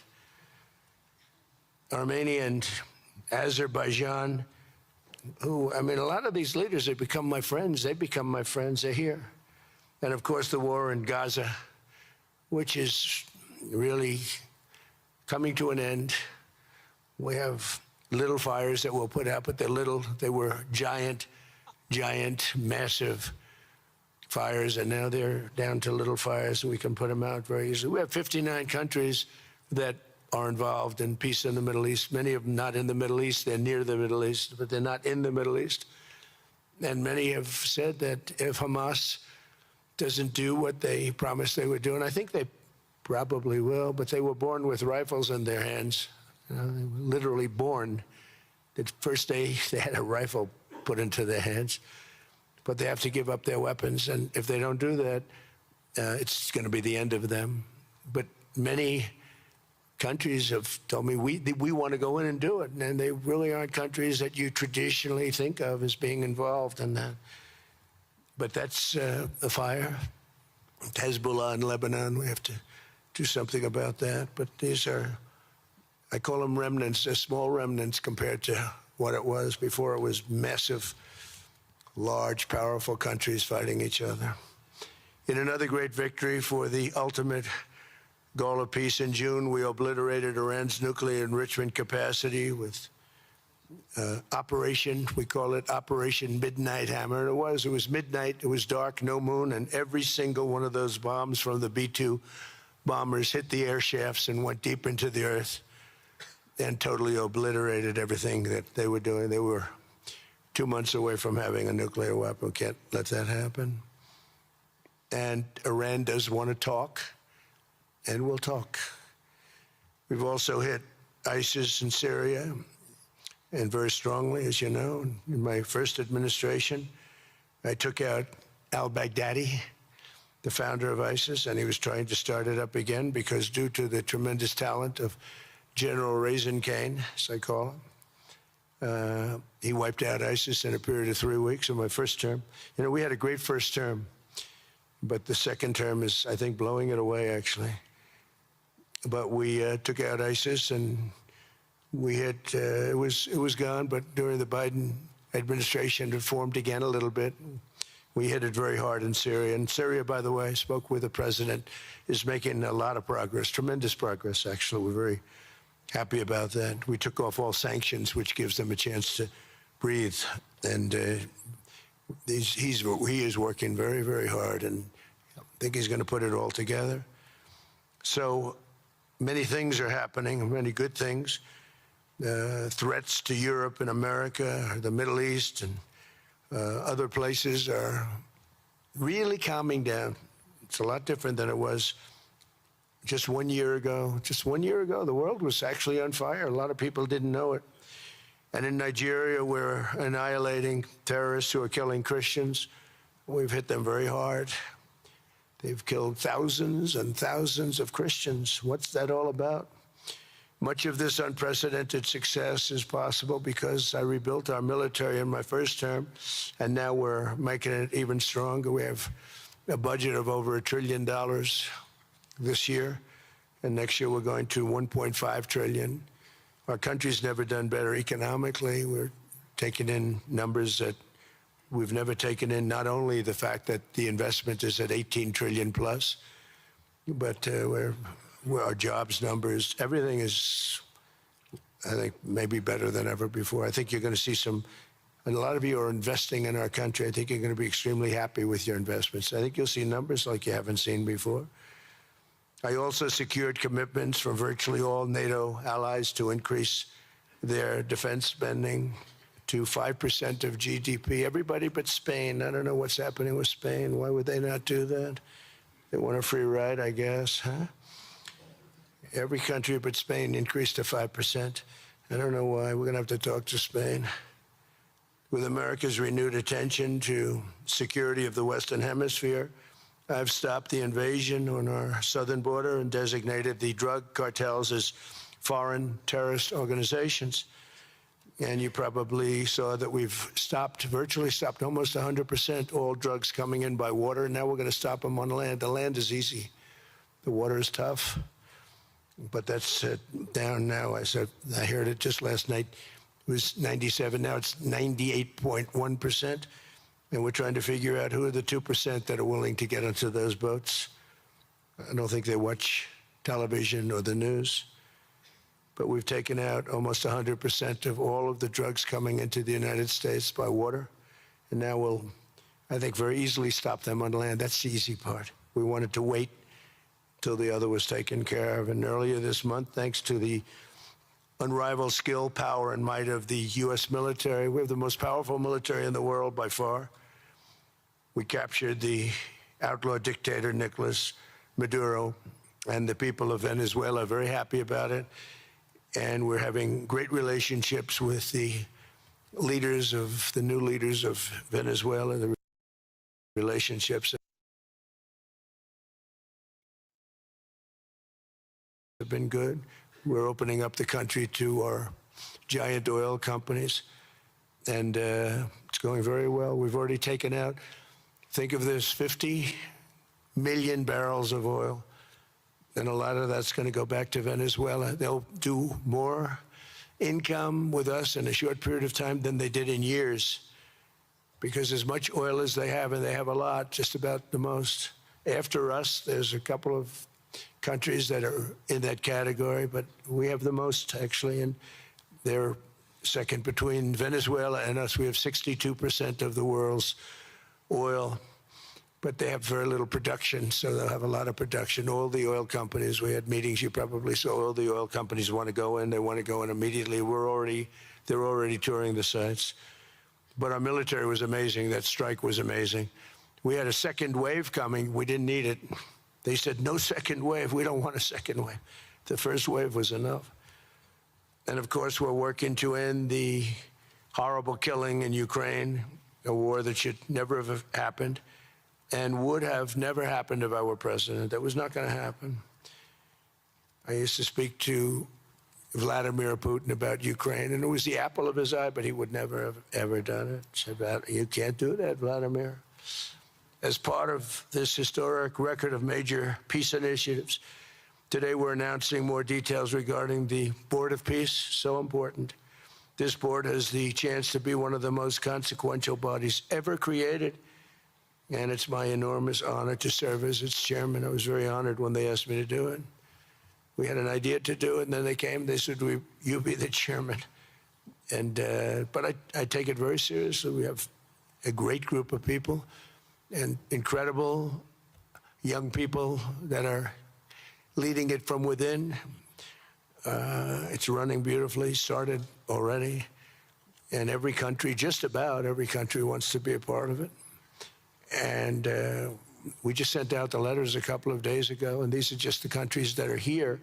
They happen to be in Davos. So we said, would be honored if you wanted to join us up on the stage. And it's really great. They're friends of mine, I think. Let me see. Yeah, every one of them is a friend of mine. A couple, let's see, a couple I like, a couple I don't like. No, I like, actually, this group, I like every single one of them. Can you believe it? Usually I have about 2 or 3 that I can't stand. Usually I have 2 or 3 that I don't like. I don't find them up here. I like every one of these people. No, they're great people. They're great leaders. And the Board of Peace is composed of leaders, the top leaders in the world, actually. Last October, we released a plan for the permanent end to the conflict in Gaza, and I'm pleased to say that our vision was unanimously adopted by the United Nations Security Council late last year. Under phase 1 of this plan, we have painstakingly maintained that Gaza, and we're going to have it very strongly, and it's what we have, maintained the Gaza ceasefire, delivered record levels of humanitarian aid. We've given aid, you know, you used to hear all the people were starving and it was terrible. Now we have, you don't hear that anymore. We've delivered record levels of humanitarian aid. I want to thank the United States, but I want to thank some of the countries that are sitting right up here, because they've sent great aid, aid also in the form of money, where we go out and purchase food, and you don't hear those stories anymore with people starving. And secured the release of all 20, you know, we secured the release of all 20 living hostages. Now, I want to thank Steve Witkoff and Jared and everybody for working so hard. They worked so hard, but there were 20 remaining living hostages. Now, we got hundreds out, but the last 20, I said, boy, that's going to be a tough one. And I said that a year before. And it was a tough one, but we got them. Got all 20, every one of them. And we had also about 28 that were dead, but the parents wanted them just as though they were living, just as much. Some cases, it almost seemed more. It was amazing, actually, the love and the, but their boy had been killed. In just about all cases, young men. Their baby, their boy, had been killed, and they wanted the body of the boy, and it looked like it couldn't be done. And with the exception of one, and we're close on the track of that, we've got them all, every single one of them, which is amazing. It's a rough job. That was a rough job. And I've been very clear that Hamas must return that last remaining deceased hostage as well, and that will be the full commitment. And then we get on to other things, and we're committed to ensuring Gaza is demilitarized, properly governed, and beautifully rebuilt. It's going to be a great plan, and that's where the Board of Peace really started. And I think we can spread out to other things as we succeed with Gaza. We're going to be very successful in Gaza. It's going to be a great thing to watch. And we can do other things. We can do numerous other things. Once this board is completely formed, we can do pretty much whatever we want to do. And we'll do it in conjunction with the United Nations. You know, I've always said the United Nations has got tremendous potential, has not used it. But there's tremendous potential in the United Nations. And you have some great people at the United Nations. But so far it hasn't. You know, on the 8 wars that I ended, I never spoke to the United Nations about any of them. And you would think that I should have. You would think they could have done those 8 wars, but they couldn't have. And they tried, I guess, in some of them, but they didn't try hard enough. But there's tremendous potential with the United Nations. And I think the combination of the Board of Peace with the kind of people we have here, coupled with the United Nations, can be, you know, something very, very unique for the world. It's for the world. This isn't United States. This is for the world. As everyone can see today, the first steps toward a brighter day for the Middle East and a much safer future for the world are unfolding right before your very eyes. Together, we are in a position to have an incredible chance. I don't even call it a chance. I think it's going to happen.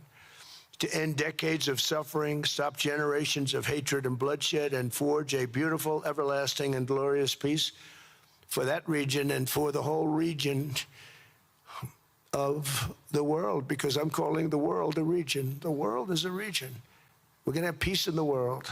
And boy, would that be a great legacy for all of us. Everybody in this room is a star, or you wouldn't be here. There's a reason that you're here, and you're all stars. You're the biggest people, the most important people in the world, most powerful people in the world. And when you use that genius that you have, that very unusual, very inspired genius, when you use that for peace, the opposite of peace has no chance. So I just want to say it's tremendous to be with you, and I think this is something that we're doing that's very important. This is the most important. I was so looking forward to being here, and yesterday was a tremendous success. A lot of good things happened, but this was something that I really wanted to be here and do, and I could think of no better place because so many people were together. And now to bring the Board of Peace into full force, I ask Sheikh Isa of Bahrain and Foreign Minister Barita of Morocco to join me in signing and ratifying the Board of Peace Charter. Thank you very much, everybody. Appreciate it. Thank you. Thank you.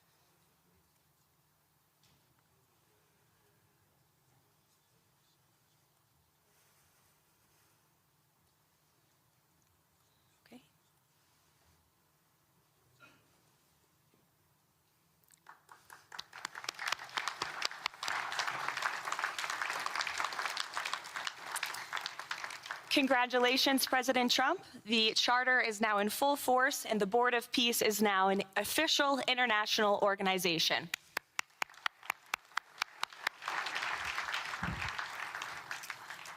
We will now continue the signing ceremonies, beginning with the President of Argentina and the Prime Minister of Armenia.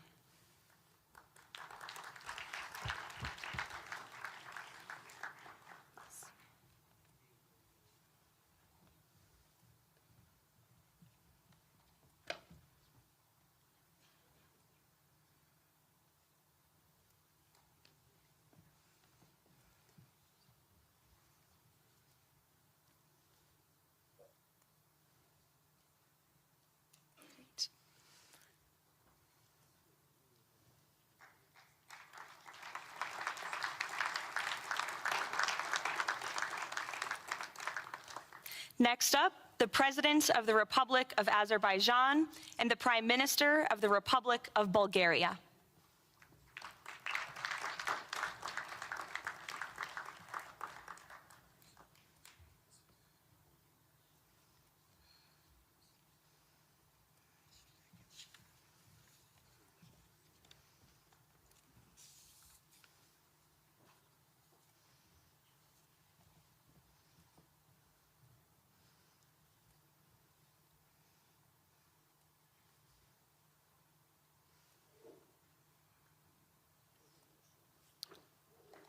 Thank you.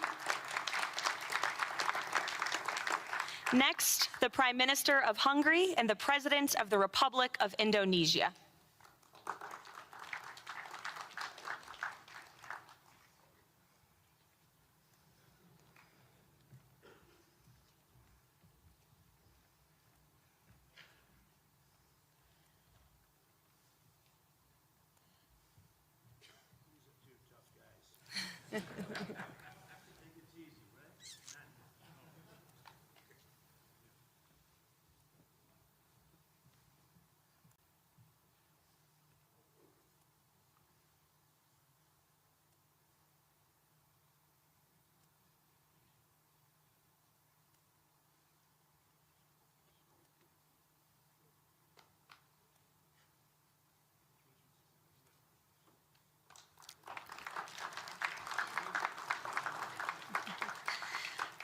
Next, the Deputy Prime Minister of the Kingdom of Jordan and the President of the Republic of Kazakhstan.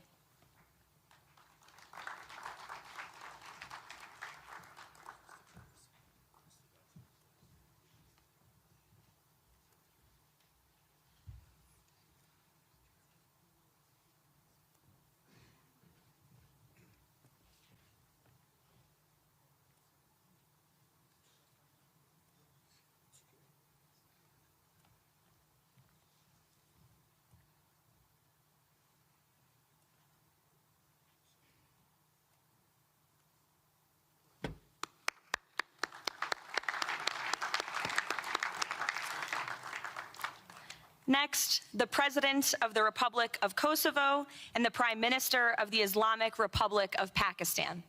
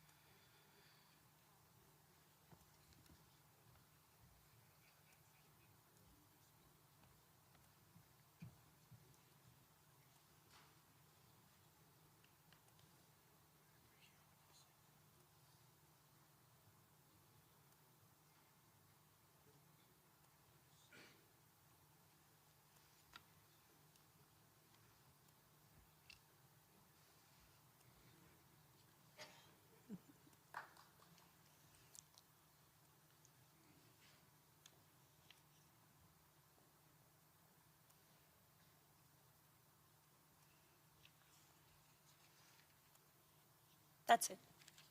Yes. Thank you.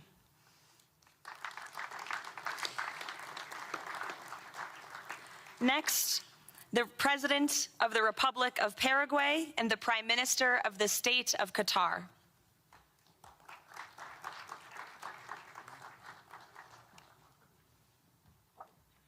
Hello.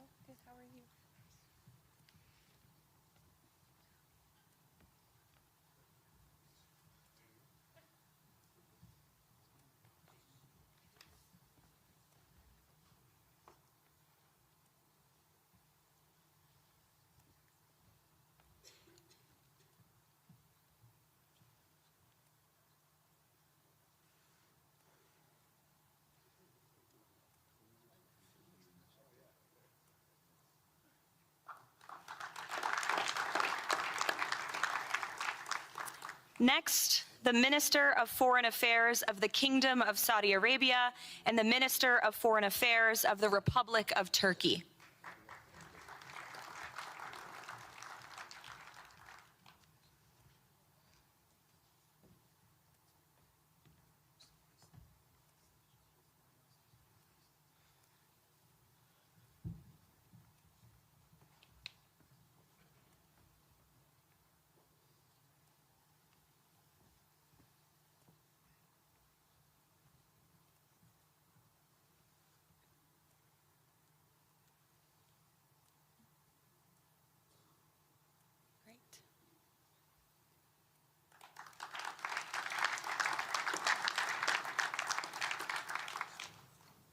Next, the Chairman of the Executive Authority Affairs of the UAE and the President of the Republic of Uzbekistan.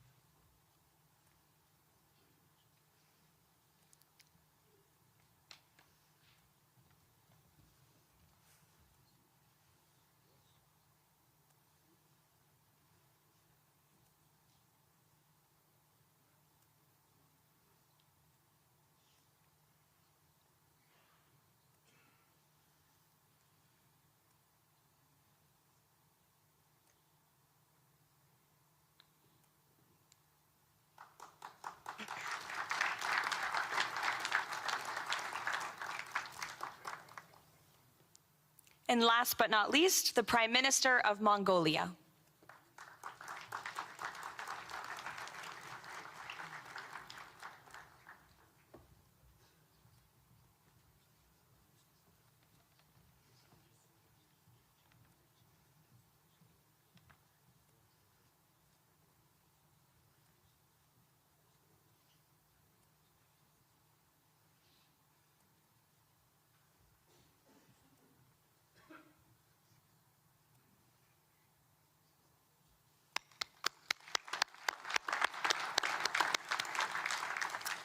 Congratulations, everyone. This concludes the signing ceremony.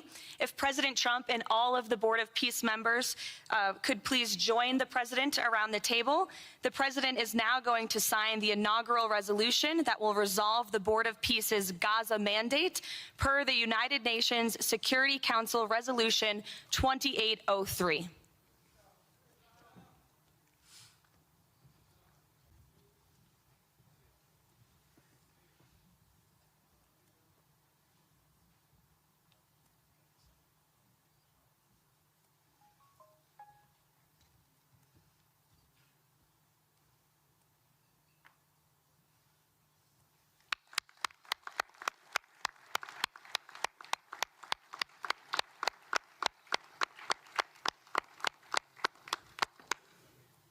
Congratulations. If President Trump and all Board of Peace members could please take their seats in the front.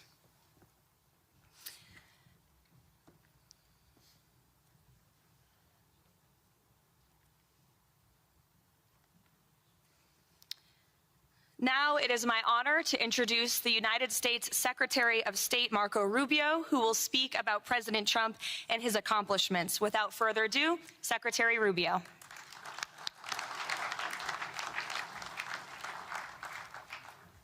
Thank you very much. It's an honor to be here today. It's an honor to serve as the Secretary of State during a historic presidency.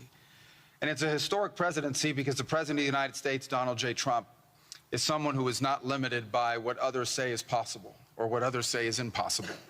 He's not limited by some of the things that have happened in the past, and he's willing to talk to or engage with anyone in the interest of peace, always putting the American people and our national security first, but understanding that in the world that we share with so many others, peace is paramount to all of us.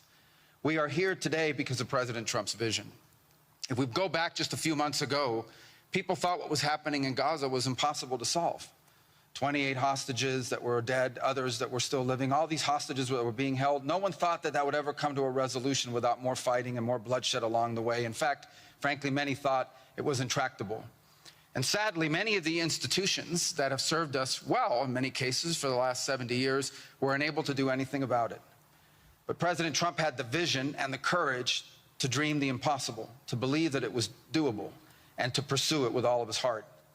And he was in that capacity assisted by an extraordinary team, and I think both Jared and Steve deserve a tremendous amount of credit, Jared Kushner and Steve Woodcock, for all the work they put in. And all of our partners here today. And now we have this Board of Peace, who I believe's possibilities are endless. Obviously, with a focus first and foremost on making sure that this peace deal in Gaza becomes enduring. And I know this president has it as his highest priority and will give it everything he has to make sure that this is successful. I also want to acknowledge the extraordinary leaders that are here today. This is not just a Board of Peace, this is a Board of Action. Just like President Trump is a president of action.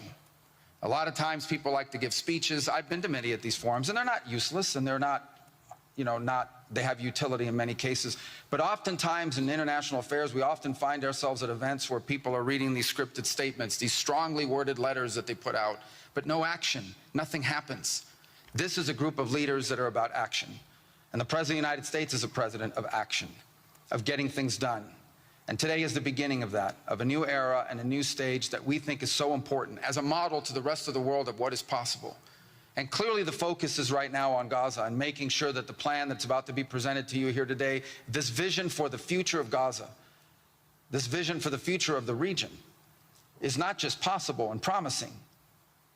It is our destiny if we put the time and the effort that it requires, as I know this board will do. But I also think it will serve as an example of what's possible in other parts of the world. Without losing focus on what's before us now, this is what's possible for other places and other conflicts that seem impossible to solve right now. So I want to, on behalf of the United States, on behalf of the team that worked so hard on this, thank every single one of the leaders that are here today and all of the countries that have committed to joining, and many others who are going to join. Others either are not in town today or they have to go through some procedure internally in their own country because of constitutional limitations, but others will join. Many want to be a part of this effort because it is going to be a successful effort.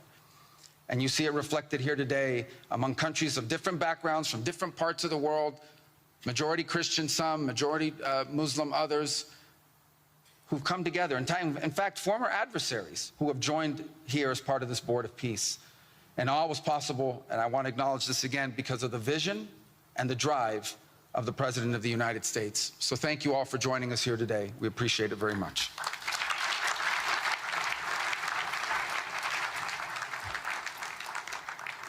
Thank you, Secretary Rubio. Please, if you could now turn your attention to the screens for a video message from the head of the National Committee for the Administration of Gaza, Dr. Ali Shaith. Distinguished leaders, colleagues, and friends, it is an honor to be here today. I want to start by thanking President Donald J. Trump and his administration for their intensive efforts to advance peace in the whole region. I also thank Egyptian President Abdel Fattah al-Sisi, Qatar, and Turkey as mediators, the Palestinian Authority, and members of the United Nations Security Council for welcoming the comprehensive peace plan.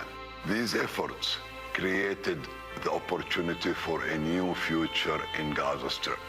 But what will really matter is what comes next. This transition will succeed only if it delivers real, tangible improvements in daily life for Gazans. As Chief Commissioner of the National Committee for the Administration of Gaza, it's my responsibility to turn this moment into action, to restore order, to rebuild institutions, and to create a future for the people of Gaza defined by opportunity and dignity, under the principle of one authority, one law, and one weapon. As a first step, I am pleased to announce the Rafah crossing will open next week in both directions. For Palestinians in Gaza, Rafah is more than a gate. It is a lifeline and symbol of opportunity. Opening Rafah signals that Gaza is no longer closed to the future and to the war. I want to be clear, there is much more work ahead, and none of it is easy. The road forward will involve difficult decisions, and setbacks, but this is a real step and it marks a new direction. Now, I would like to address the people of Gaza. من أرض الكنانة أتوجه الآن بكلمتي إلى أبناء شعبنا الصامد الصابر في قطاع غزة. لقد صمدتم وحافظتم على أسركم وأرضكم خلال سنوات عصيبة هجاف، صبرت أعماقكم وكل الحدود. إن صمودكم الأسطوري لهو أعظم ما قدمت. Your legendary steadfastness is the foundation upon which we will build our future together. This moment is not for looking back, but for moving forward toward a prosperous and bright future.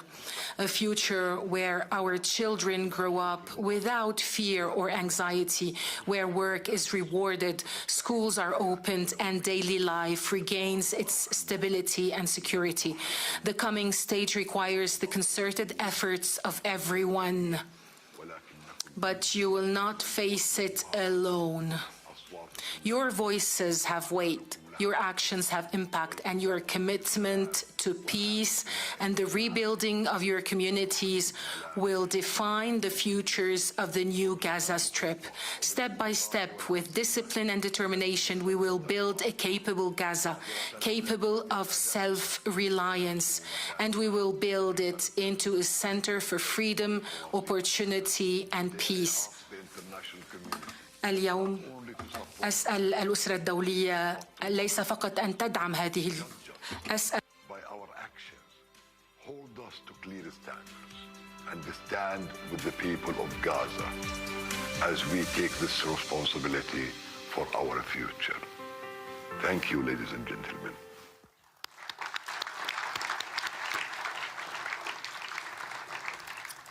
I now would like to welcome to the podium U.S. Special Envoy Steve Witkoff and Jared Kushner.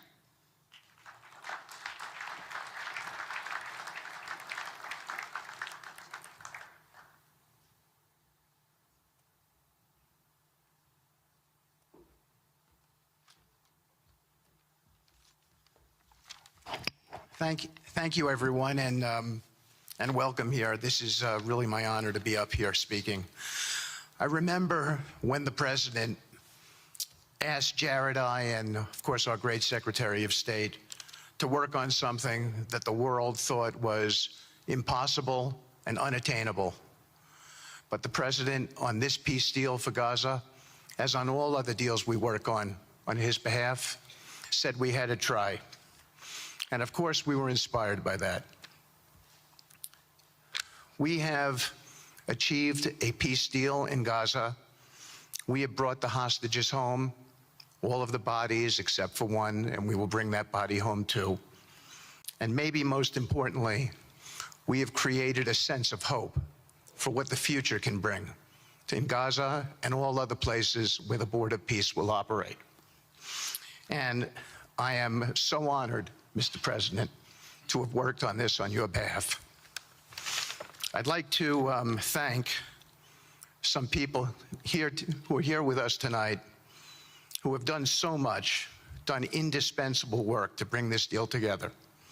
Sheikh Mohammed, my good friend from Qatar, and Ali Al-Tawadi, Hakan, Fidan, and Ibrahim, General Hassan, and Foreign Minister Badr Abdulati, and of course, President Sisi, and Prime Minister Netanyahu, former Special Envoy Ron Dermer, and Michael Eisenberg for all that they did. I would also like to thank our core working group and members of the Board of Peace who have been working nonstop on behalf of this incredible, noble effort, around the clock for months on end, sacrificing time with their families and their own personal lives because they believe in the mission and the vision that the President has set out for us. I'd also like to thank, those people include Tony Blair, Yakir Gabay, Josh Grunbaum, Aryeh Lightstone, Laron Tonkman, Admiral Cooper, General Frank, and I probably have forgotten some along the way. And then perhaps most importantly, I want to thank our administration. We have an incredible team. It's amazing to work for this administration. I think you see the results that we get on behalf of the president because he inspires us so much. So I'd like to thank the Vice President of the United States, J.D. Vance, for all of his help and guidance, our Treasury Secretary, of course, the Secretary of State, who we work hand in glove with, and a special thanks to our Chief of Staff, Susie Wiles, who is always available to us for consultation, for steering, and for all else that she does. Thank you.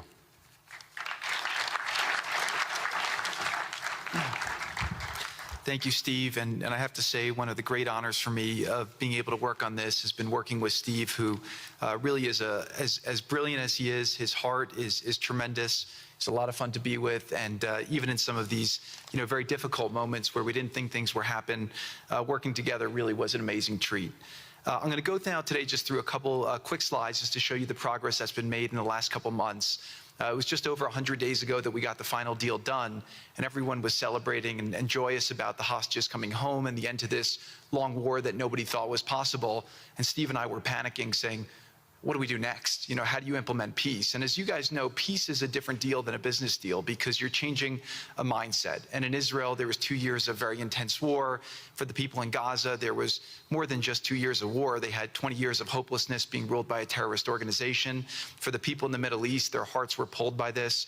And throughout the entire world, it really was weighing on us. And so we needed to think about, what do we do next? How do we change the habits? How do we change the behaviors?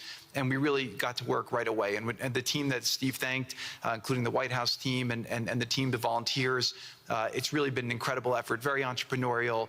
And we really did it in the way. I've been working now with President Trump for 10 years on politics. And what continues to amaze me is that he always takes a first principles approach and says, what's the most optimal outcome? Aim for that. Whereas politicians are always focused on the downside or what could go wrong or how to make it a little bit better. He always says, aim for the best possible and do your best to get there. And if everyone thinks it's impossible, that's even more reason why you should aim for it. And so really thank you for the leadership and the inspiration for doing this. And I think you'll see today we've achieved more than thought was possible. And our ambition is still to go for something, I think, better than most people think is possible as well. So let's see if these things work. They never usually work. Good. So quickly, I'll go through this 2-year war, 90,000 tons of munitions. There's over 60 million tons of rubble there and tens of thousands of fatalities. Through the ceasefire, we were able to get to through the 20-point plan, ceasefire, release of hostages. Getting the UN resolution passed was a huge, huge effort, really thanks to Mike Waltz and the whole team there. They did an incredible job. And we've then, with the help of the UN, we've worked very, very well with them. This is why you need a new organization like the Board of Peace to work with the UN. I want to thank Tom Fletcher, did an incredible job of really getting it going. We've done historic humanitarian aid. Going forward, number one thing is going to be security. Obviously, we've been working very closely with the Israelis to figure out a way through de-escalation. And the next phase is working with Hamas on demilitarization, which I'll talk about in a second. But without security, nobody's going to make investments. Nobody's going to come, build there. We need investments in order to start giving jobs. We want to take these people. 85% of the aid of Gaza, 85% of the GDP of Gaza has been aid for a long time. That's not sustainable. It doesn't give these people dignity. It doesn't give them hope. And so we want to use free market economy principles. A lot of what President Trump spoke about that he's doing in America, we want to bring the same mindset, the same approach to a place like Gaza to give these people the ability to thrive and have a good life. Let's see. So on the aid, I mentioned the UN. So now people are talking about famine. 100% of the food needs are met, and that's been overabundance. The cost of goods have gone down tremendously. Over 55,000 trucks have gone in, and over 1.4 million pallets. So it's been the largest humanitarian effort done into a war zone that anyone's been able to tell us about. This really has been a great joint effort that everyone's been able to do, and so it's a great thing. We all just heard from Ali. We have been so impressed. Steve and I were speaking to him and the entire committee. Such bravery of these people to step up. And we've worked with the Palestinian Authority, who's been helping us as well. But this committee is the first time it's a technocratic, apolitical committee. I really want to thank the Arab partners for helping us select the right people to do this. And we just need to believe in them and support them. I put this up here. It's probably a little too small for me to read, but this is really important if you saw the mission statement. So Hamas's mission statement was, we need to destroy the state of Israel. That has not worked well for the people, as we've seen. Their mission statement is, we are committed to establishing security, restoring the essential services that form the bedrock of human dignity, such electricity, water, healthcare, and education, as well as cultivating a society rooted in peace, democracy, and justice, operating with the highest standards of integrity, transparency. So these are the basic things. Their goal is to have peace and to help their people, which is an obvious mission statement for a government, but actually fairly novel for Gaza. So we did a master plan. We brought in, I thank Yakir Gabay, who's one of the most successful real estate developers and brilliant people I know. He's volunteered to do this, not for profit, really because of his heart. He wants to do this. And we've developed ways to redevelop Gaza. Gaza, as President Trump's been saying, has amazing potential, and this is for the people of Gaza. We've developed it into zones. In the beginning, we were toying with the idea of saying, let's build a free zone, and then we have a Hamas zone. And then we said, you know what, let's just plan for catastrophic success. Hamas signed a deal to demilitarize. That is what we are going to enforce. People ask us what our plan B is. We do not have a plan B. We have a plan. We signed an agreement. We are all committed to making that agreement work. There's a master plan. We'll be doing it in phasing. In the Middle East, they build cities like this in 2-3 million people. They build this in 3 years. And so stuff like this is very doable if we make it happen. Rafah will start with. This will show a lot of workforce housing. We think this could be done in 2-3 years. We've already started removing the rubble and doing some of the demolition. And then New Gaza. It could be a hope, it could be a destination, have a lot of industry, and really be a place that the people there can thrive, have great employment. Once this starts going, we think there should be 100% full employment and opportunity for everybody there. And we have a lot of data on what can be, but we think that this really gives the Gazan people an opportunity to live their aspirations. But it all starts with security, and it all starts with governance. Final note I'll just say on the Board of Peace, which is that all the lessons we're doing is we're basically studying the best practices from all over the world, and we're watching who does education the best, who does healthcare delivery the best. All of these things it's not secret IP. All this is IP that the Board of Peace is going to make public, and we want to encourage all the countries to be able to follow these best practices. A lot of the things that President Trump is doing in America, if they're working, we should all be copying them. If we find what's working in other countries, we should be copying them too. And so what the Board of Peace will have the ability to do if we're successful with Gaza is really show how do you do peace implementation, which is something that when we got this deal done, we didn't really find too much expertise or know-how on how to do it. So as we're creating this system, hopefully it's something that we can just document these learnings and make them available to all else who want to use them in the future. So demilitarization, this is something we're starting now that we have a new government in Gaza. This government will be working with Hamas on the demilitarization to really take the principles that were agreed to in the document to the next phase, and hopefully that will be successful. Without that, we can't rebuild. So if Hamas does not demilitarize, that will be what holds back Gaza and the people of Gaza from achieving their aspiration, and that's very important. So the next 100 days, we're going to continue to just be heads down and focused on making sure this is implemented. We continue to be focused on humanitarian aid, humanitarian shelter, but then creating the conditions to move forward. So thank you. Final point I'll just make is this is really only possible because of the work of so many people and President Trump's great leadership. But a lot of you have been asking, how can we help? So the countries have all been incredibly generous. We'll be doing the first conference where we'll announce a lot of the contributions that will be made in a couple weeks in Washington. From the private sector, there'll be amazing investment opportunities. I know it's a little risky to be investing in a place like this, but we need you to come, take faith, invest in the people, try to be a part of it. And then finally, I'll just talk to people on the media and on the social media, which is, this deal only happened because we worked with Israel, we worked with Turkey, we worked with Qatar, we worked with Saudi, we worked with Egypt. I mean, everyone worked together. We worked with UAE. We all worked together to make this happen. I see a lot of people trying to escalate, criticizing Israel or Israelis criticizing Turkey or Qatar. Just calm down for 30 days. I think that the war's over. Let's do our best to try working together. Our goal here is peace between Israel and the Palestinian people. Everyone wants to live peacefully. Everyone wants to live with dignity. Let's put our efforts towards promoting those who are doing the work to build this up, like Ali and his committee. Let's focus on the positive stories, and let's just calm down, turn a new chapter, and if we believe that peace is possible, then peace really can be possible. So we're going to continue to work every day. We need all of your help to do it. And again, I just really want to thank President Trump for his leadership in doing this. This would not have been possible without your commitment to this. Everyone thought it was impossible to end this war. You never gave up. You never stopped. Every time there was a setback, you told us to try harder. You gave us different ideas. And we've made several impossible things happen just in Gaza to date, and there's no reason why we shouldn't be able to make even more impossible things happen. So really thank you for your amazing leadership.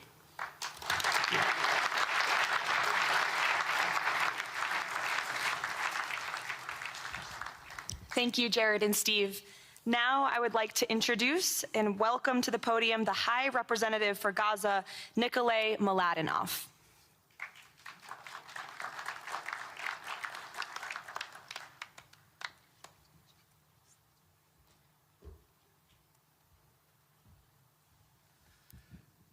Mr. President, it's a great honor and a massive responsibility for me, for my team, for all of us to be here with you to begin this journey.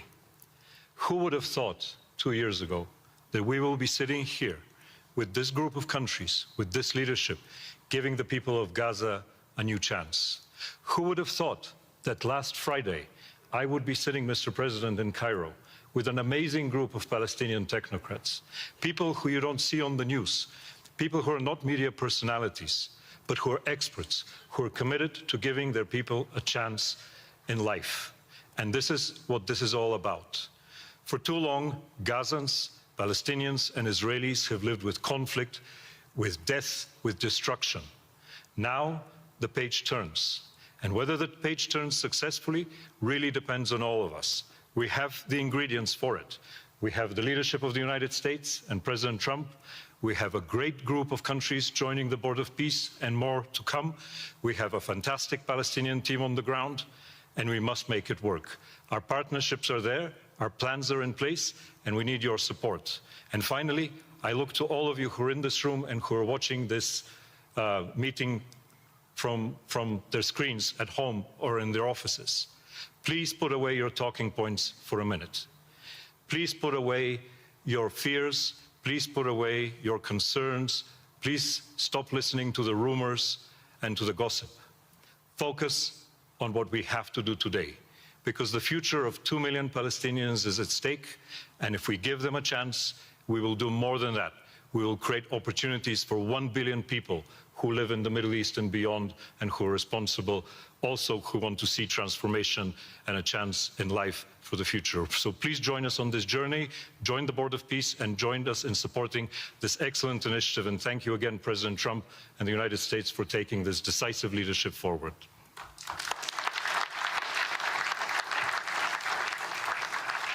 Thank you. President Trump, would you like to make some concluding remarks?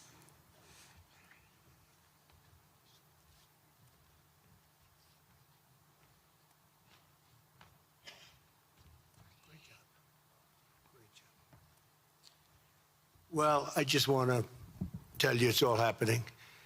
And one of the first things I said when we really got involved in this project, and it's a big one, but it's very doable, I said to Jared and Steve and some of the other folks, including Larry Fink, and congratulations on the great success. The two of you have done a fantastic job.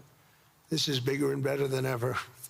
We usurped some of your time for a very important reason, and you understand that better than anybody, and we appreciate that you're here very much. Thank you both very much. But I said that, you know, this is a great location. It all begins, see, I'm a real estate person at heart, and it's all about location. And I said, look at this location on the sea. Look at this beautiful piece of property, what it could be for so many people. It'll be so great. People that are living so poorly are going to be living so well. But it all began with a location. That's the vision. They look out on the waters, and very few places are like it. So we put together a team that's outstanding, a team that's done it before, a team that I think has done tougher jobs. If you want to know the truth, we've done some tough jobs. And we continue to. As far as the United States is concerned, we're behind it. And the United States has never been stronger, never been bigger, better. It's doing really well. You see that, building thousands of businesses, plants, factories all over the United States are right now under construction. Nobody's ever seen anything like it. And this is just an honor to be involved with this, and to be involved with the great people in this room and the great leaders that are sitting on stage. We thank you very much. And we have many others that have signed up, and they all want to be members of the Board of Peace, because it really will be important. This is not going to be a waste of time. We waste so much time on things that never happen. This will happen, and it's already happening. Thank you very much, everybody. It's a great honor to be with you. Thank you. Thank you.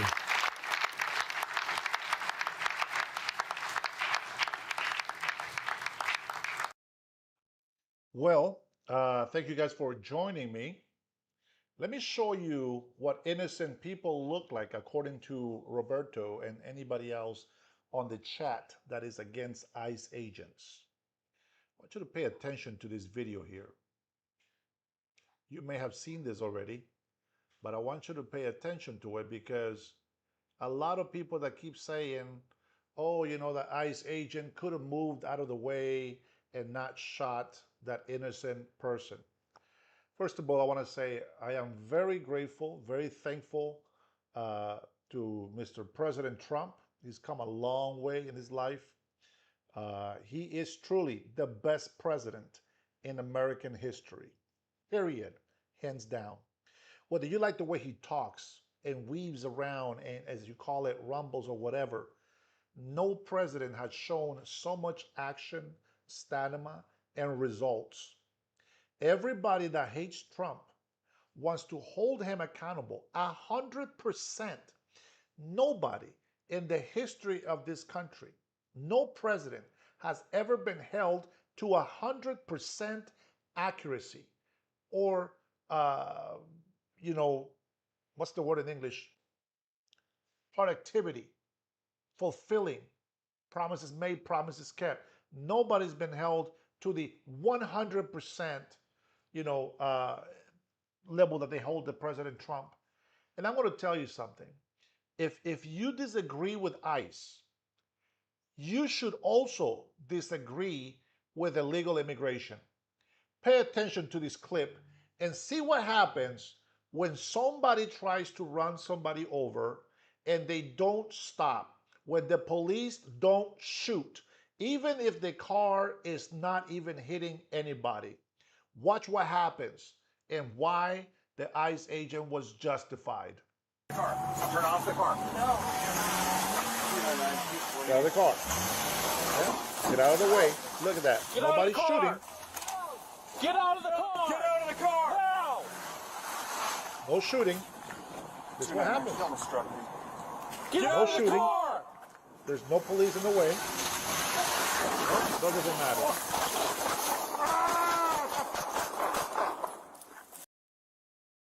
There you go. That is what happens. That is what happens when you get a command from a law enforcement agent to get out of the car, turn the engine off, and instead you decide to drive out, and not only just drive out, but try to run an agent. Look what happened to that police officer. That police officer got hit because he didn't shoot her when she backed away, when she was not following orders, legal orders. So I don't blame agents for shooting. As a matter of fact, I'm surprised they don't do it more often. I always say, when somebody gets pulled over and they tell them to get out of the car and they start driving away, I always ask myself, why are they not shooting them? Shoot them. If they don't want to comply, for Pete's sakes, they can hurt somebody else. And sometimes they do. Sometimes they actually kill innocent people. So no, I'm going to be against you and anybody else who believes that you should drive away when law enforcement tells you to get out of the car. That's right, Dana. Kev Dog, that's because you don't listen. You don't lear anything because you never listen. Pay attention. If they tell you to get out of the car, see, a lot of you morons that graduated from the Leering Center, you guys don't understand. ICE agents are law enforcement, whether you like it or not. They are not the same as police officers, I get that. But they're still law enforcement. The moment that you make yourself an obstruction to the legal enforcement, which is the federal agents, ICE, Immigration Customs Enforcement, DHS, there's different levels and different departments from the Immigration Enforcement Department. They are still protected under the law, and you are to comply. Your little innocent victim, put herself in the way. She was a leader of these protesters who have been taught by Democrat governors and senators to obstruct ICE. Senators and governors themselves have said, get that F out of my city, out of my state. Guess what, mofo? It's the United States of America, and the United States of America belongs to all Americans. Why is that so hard to understand? Kev, do you understand the video that I'm showing you? I'm showing you an example of a video of what happens. Even if the police officers or law enforcement, ICE agents, even if they move out of the way, the last time they told an illegal immigrant to get out of the car, and the guy took off, they didn't shoot him. He dragged that ICE agent down the street, causing him very hard injuries. So what is it that you don't understand? What is it that you people don't understand? Do you have to see a massacre before you understand? I mean, how stupid can you be that you don't understand the example? What do you want to see? A bunch of ICE agents dying for you to actually say, oh, maybe we're doing the wrong thing? No, we like to use common sense. We like to use critical thinking. Okay, what's going to happen if we allow this crazy person to drive away? We're going to have to chase them. And once you chase them, we'll put other people's lives in danger. You know how many videos I watched of people just trying to run over police officers?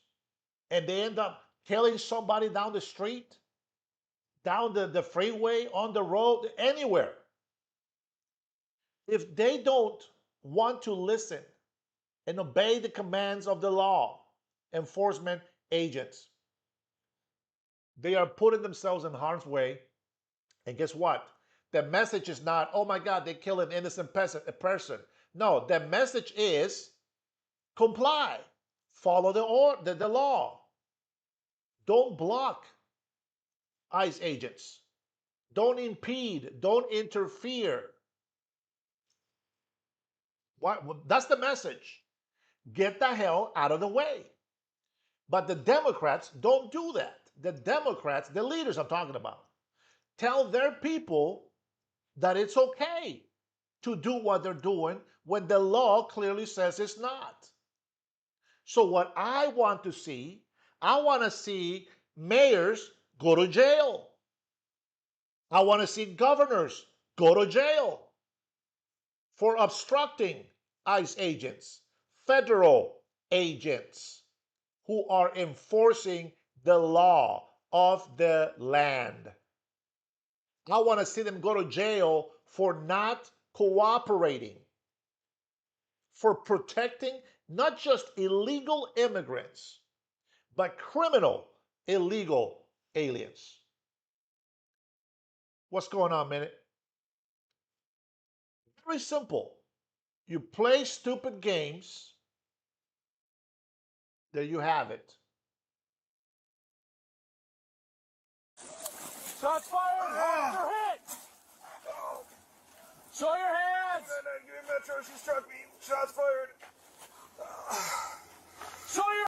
See, people, the libtards, people on the left, the people that don't want to use common sense, they like to always do the same thing, ignore the facts. Because these people, these police officers did not shoot this person. The moment that she started driving towards him, he actually hit one of the agents, made him flat out in the air. Your hands!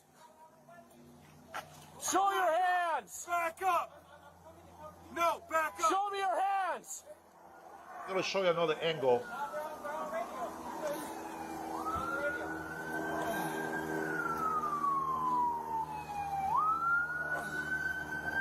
Fuck, I can't move. 9 headquarters. There you go. Go ahead. Just happened just last year. 1140 South Wall And Street, there's now many a more shelter. videos like There this. is a white Chevy Equinox at the church beside that away. Text 911, texter said the occupant is 55 and getting escalated. Again, 1140 South Wall. 10-4. I am Mayan Spaniard from Honduras. 89 copies. Hi, what's your name, ma'am? Why are you calling? Why? We got called to come check on you. They were concerned. Look, an There's innocent, nobody innocent concerned. woman. There was. We got a phone call. For What's going on today? who did you get a call from? I don't know. It was an anonymous caller saying there was a white. I know trooper that's sitting- what they they keep doing that. You know, they did that in Nebraska with my children. They keep calling in false reports. Okay. Nothing. I don't think that it's okay for people.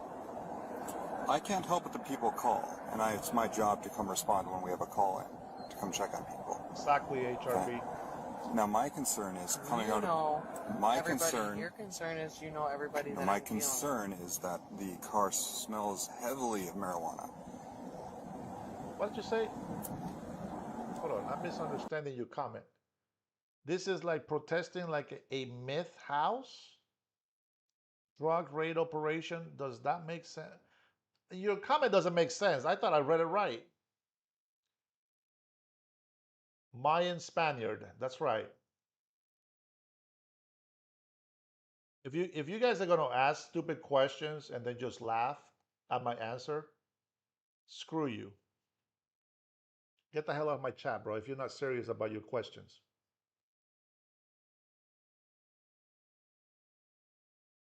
You're a dumbass. Anyways, thanks for your dumb question. When's the last time you smoked any marijuana in here? Other people have smoked marijuana in here, and I don't want to get into that because then they're calling you on me. Other people have. You don't smoke any marijuana. I have medical marijuana. I had my card. Do you have a medical marijuana card? I had one. Do you have one? Currently? All right, Mods, No. just go ahead and get rid of this libtard. Step outside of the vehicle here. No, you're not. Turn off the car. Turn off the car. No. No, just get rid of it. Look at that. Not the car, no? Okay. Try to hit Get out of the somebody, car. he missed. Get out of the car. Get out of the car. Right there, just shoot, right there. 299, she almost struck me. Before she starts coming at Get you. out of the car. Oh. Flying up in the air. Yeah. That's what liftards want. So, no. She should have been shot a long time ago. A long time ago. I don't understand people that don't want to see common sense being used or enforced. The hard, I don't understand why it's so hard for these guys who graduated from the Leering Center to see the truth. They'll just never leer. But you know what? Let me go ahead and get some information on Gavin Newscomb.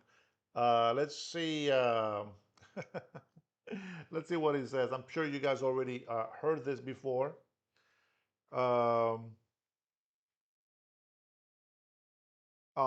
Thanks, Baba. Thank you for the big super chat through PayPal. God bless you, brother. Appreciate you. I know these libtards, they always come in here says that I'm begging for money, but you know what? I appreciate you guys' support. And yeah, let me see. I got another video here to share with you guys. And then I'm going to go ahead and jump in to our favorite section of our videos, which is the crime shaft. And you guys know who I'm talking about. Hello, Bill.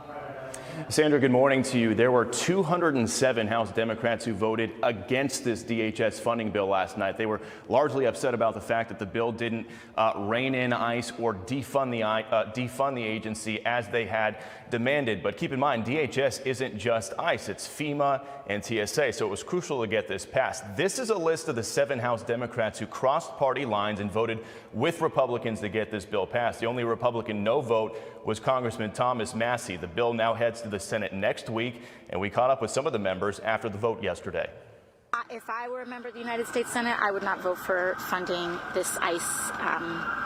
I would not vote for funding ICE. They want open borders. They want anarchy. They're not your granddad's Democrat Party. In the meantime, many Democrats are now pushing a narrative that ICE arrested a 5-year-old boy named Liam Conejo Ramos in Minneapolis, then used him as bait to arrest other family members. Congresswoman Ayanna Pressley posting, quote, "ICE is kidnapping 5-year-olds. I need you to look at Liam's sweet face and see your own child. Don't look away." But DHS says those claims are lies. They say the real story is ICE was attempting to arrest Liam's illegal alien father when he ran from agents, then left the little boy completely alone. Vice President J.D. Vance addressed this controversy yesterday. I'm a father of a 5-year-old, actually, a 5-year-old little boy, and I think to myself, oh my God, this is terrible. How did we arrest a 5-year-old? Well, I do a little bit more follow-up research. And what I find is that the 5-year-old was not arrested, that his dad was an illegal alien, and then when they went to arrest his illegal alien father, the father ran. So the story is that ICE detained a 5-year-old. Well, what are they supposed to do? Are they supposed to let a 5-year-old child freeze to death? And Sandra, at least one Democrat is now admitting they got the story wrong. Former Minnesota Congressman and presidential candidate Dean Phillips posting on social media in part, quote, "Since I hate misinformation, I acknowledge the little boy was abandoned by his father who fled ICE agents."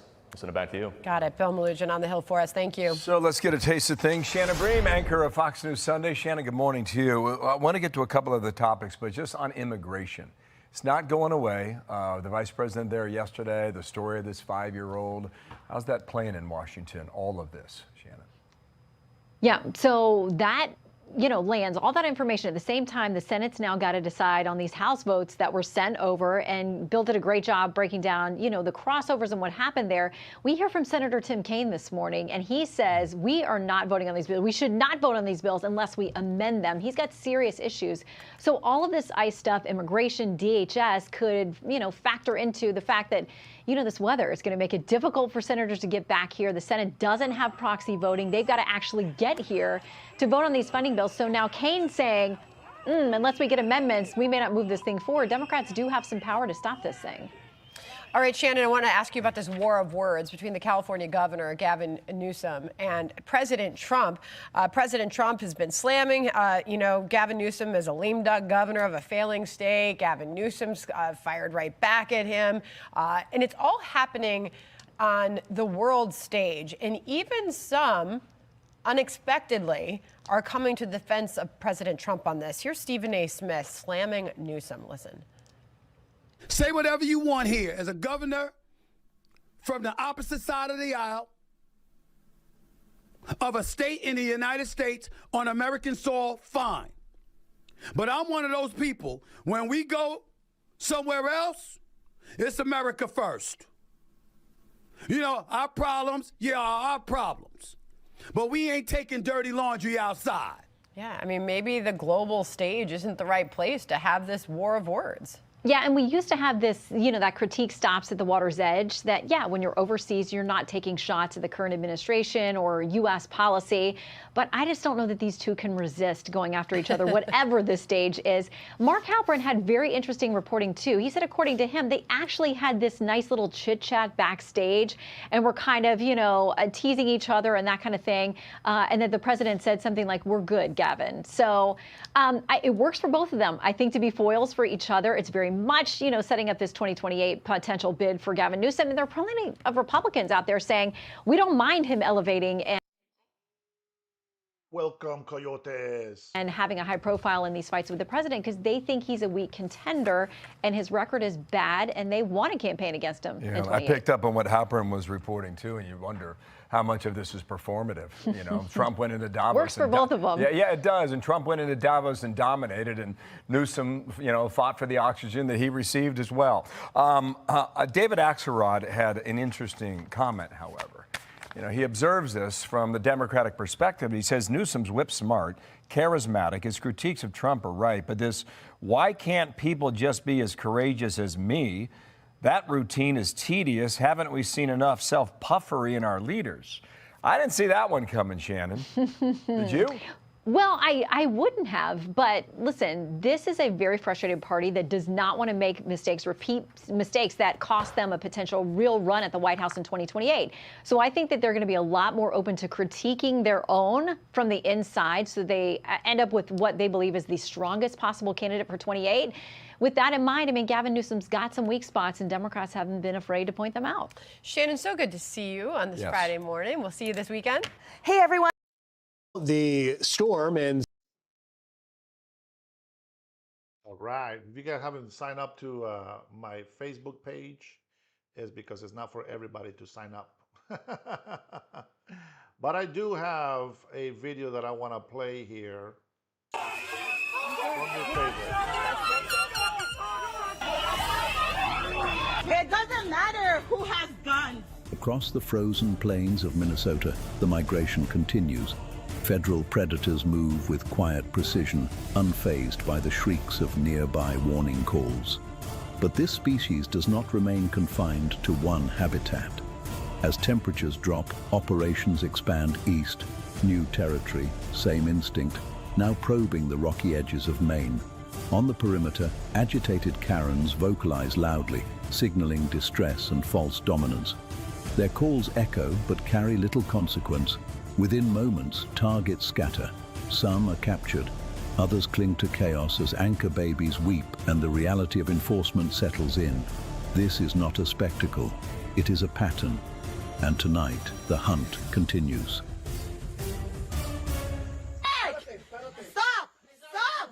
Get off of his neck! You're standing on him! Stop! Do you guys not? Stop!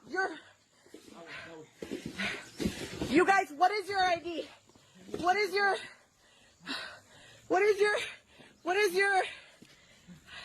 ID? Granita needs to spend less time on her couch or more time on the treadmill. Can't even say a complete sentence without running out of breath. Get out of here! Why don't le voy a llamar a tu familia? Where are you guys taking him? Where are you guys taking him? You guys didn't even ask him for ID. He has papers over here. Back up. This is private property. You cannot pass here. Back up. Back up. You guys are f***ing assholes. Assholes. F***ing assholes. F***ing assholes. ICE is here. Get out the car. Mustafa Maharata. I'm right here. I'm standing right here. I'm standing right here. He's a U.S. citizen. What do you guys want? You're a U.S. citizen, then go. And that's my brother. Yeah. I'm not gonna watch you. He showed you his passport. What do you want him to do? He's a U.S. citizen. Get off my fucking car. I'm standing right here. You really violated my rules. Get out the car. Do not pepper spray him. Get out the car. Get out the fucking car. He's pulling a Renee good. This never ends well. Get out the fucking car. Get out the car. Hold on, guys. This is my fault. There's a mother right there, man. That's a mother right there. What are you guys doing? My eyes. Oh my God. My eyes. Do you guys not care about human morality? Is this what you guys do? Put your hand back. Do you not realize this is what every single law enforcement officer would do if you refuse to follow commands at a traffic stop? These people are f***ing retarded. I need water. I'm a U.S. citizen. You didn't get out the car. Why did you have to get out the car? To ask your questions. I'm a U.S. citizen, sir. I'm a U.S. citizen. I'm a U.S. citizen. She doesn't speak English, man. Don't talk to her. I need a water. I need a water. I need a water. I need a water. That's my brother, man. Come on. I need a water. Look at the mom, man. I need a water, sir. I'm a U.S. citizen. I'm a U.S. citizen. She just got off a night shift, bro. I'm a U.S. citizen. I can give you about that. Everything. What do you want? I need a water. I need a water. If you didn't want pepper spray, you should have complied. It's really easy to do. What was the reason for the stop? I need a water. I'm a U.S. citizen, sir. Can I ask what was the reason for the stop? I'm a U.S. citizen. I need a water, please. You guys don't have to get sprayed him, right? Well, pepper spray, right? You guys don't have to get pepper spray him, right? Multiple times to get out the car. I'm a U.S. citizen. He's picking up his mom from work. He's picking his mom from work. Give me a water. I need you to give me a water, man. We're in there.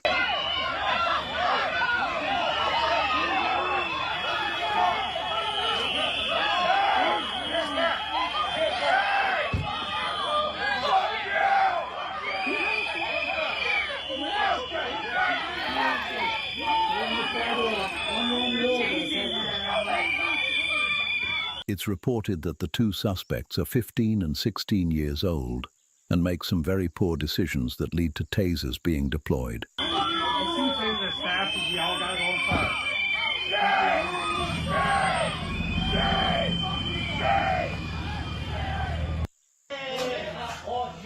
care who interests you. You guys are on private property.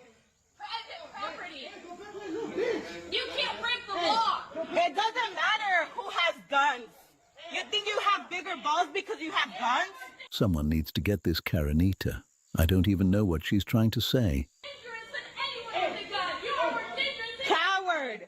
What a f***ing coward mentioning guns.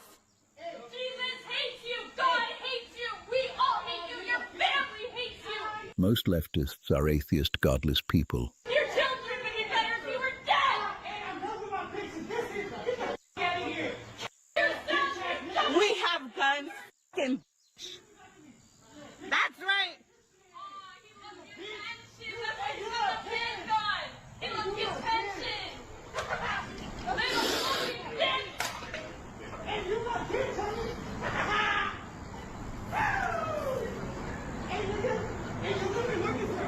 What are you looking at him for? You're a bitch regardless. This is the same Karenita. Hi. Can you let us know why you guys are working with immigration? You guys were all over the place. Instead of stopping them, you guys were introducing yourselves to them. I saw that. What kind of delusion does it take to think the police will stop federal agents? It doesn't matter. They were on private property with no warrants because I didn't see a warrant. They entered the premises of a private property. Even management kicked them out. You don't have to fight. We want an explanation. Residents from Fullerton want an explanation of why our families are not safe. You work for them, and you're here still in the area protecting those people. They're not here right now, but they're in the area. They're in unmarked cars. And this is so stupid. Why are they getting my dad? Why are they getting my dad? No, my I have a wild theory. Maybe it's because he's an illegal alien. dad. No, don't get my dad. Don't go get my dad. Don't get my dad. My dad, you stupid idiot. Oh my gosh. No, my dad. Mi papi. Mi papi. No.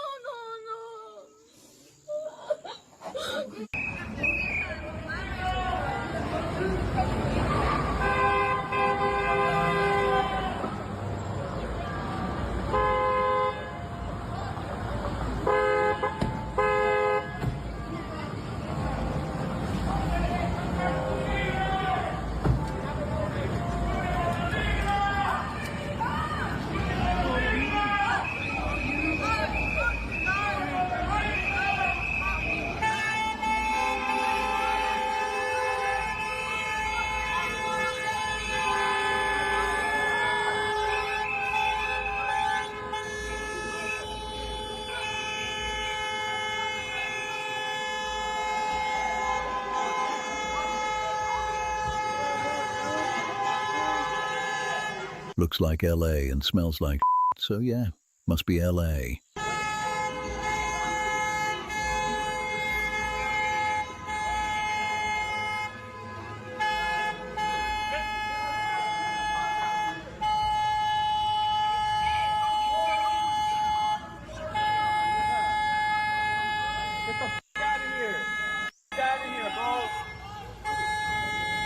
Get the f out of here, please.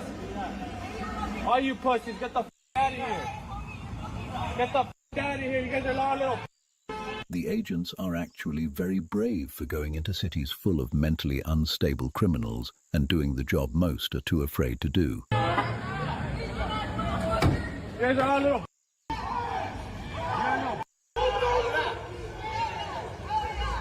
You're a little.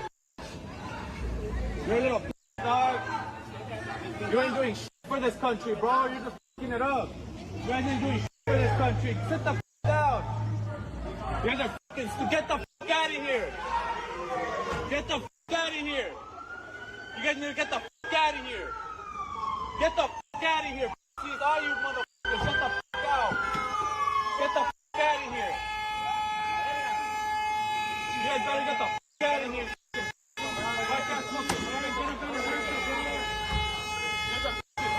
f*** out of here.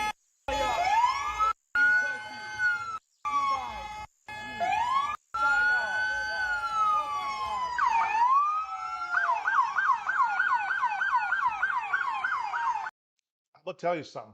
These ICE agents are way too patient. And I think these Americans, if they are Americans, are very ungrateful. They're not helping to protect our country. They are not helping to make America better. They are just there with emotions. They have no common sense. I don't give a shit if they're Hispanic like I am. I am a migrant. I don't make excuses for criminals that are on the streets here in Honduras. I don't make excuses for criminals that are in the streets in the United States of America. See, there is a law-abiding citizen that everybody loves, and there is a criminal that nobody wants. These people who have broken the law and have a warrant for their arrest. This is the people that libtards like to protect. Well, that's not what we do. We don't protect criminal, illegal immigrants.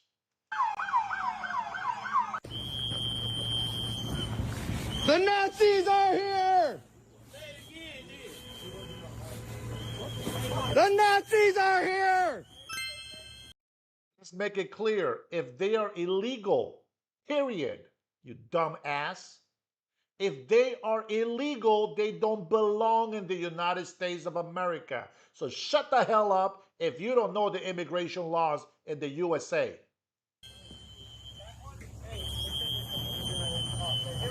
Oh, you have a flat tire! What a shame! Aren't used to the code, huh? Some thugs slash their tire again.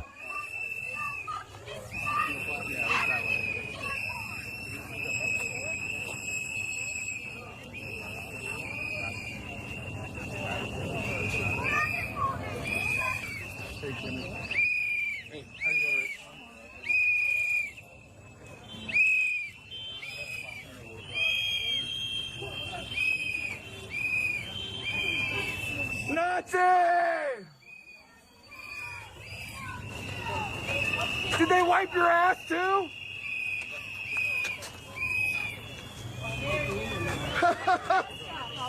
Look at this dumb motherfucker!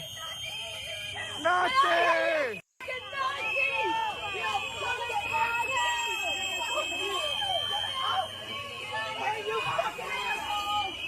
Nazi! Nazi! All of those people supposedly using their First Amendment, they are impeding an investigation by being that close to the federal agents. They are too lenient.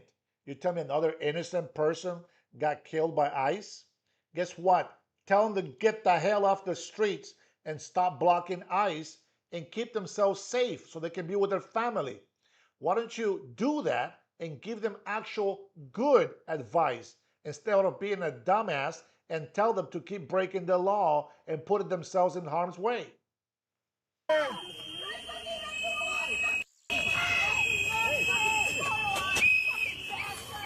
The delusion never ceases to amaze me. Bautista, su primer nombre, su primer nombre, ¿cómo se llama? Bautista, Salvador Bautista, ¿sabe dónde vive? ¿Me puede decir su domicilio? Congratulations, Salvador Batista, you get a free ride home. No diga nada, usted tiene derechos. No diga nada, usted tiene derechos. Pieces of shit. You guys. You guys. You guys. La migra. Es la migra. La migra. Retired paratrooper, you're a scum and you're the filth in the United States of America. Your dumb ass doesn't even know what an American patriot is. So I hope you don't come back to my channel. Get your ignorant death threats and keep them to yourself. Grab that death threat and shove it up your ass. I am just as American as any American that was born there. And if anything, I love the United States more than you morons will ever love or even protect. How is it that an immigrant can love and protect the United States more than any of you ignorant, lip-tart retards of American piece of scums? Yeah, they did. I'm fucking recording you fucking pieces of shit. No diga nada. I got his name and his address. This gordita is at minimum 350 pounds. You can hear it on her voice. Usted tenga derechos. No diga nada. No diga nada. No diga nada, por favor. ¿A dónde está su familia? Let him get up. He's an old man. Let him get up. She says, don't say anything, please, don't say anything. Then she goes and says, what is your name? Where's your family? What the hell? He writes you pieces of shit. Dude, let him get up. He's an old man. La migra. La migra. We gotta start telling people in the neighborhood to stay at home and nobody comes out. Gordita just... All these emotionally unstable people, man. No common sense. And of course he's going to say, help me. But they don't even know what this guy is being arrested for. He's not just being arrested because he's a brown guy.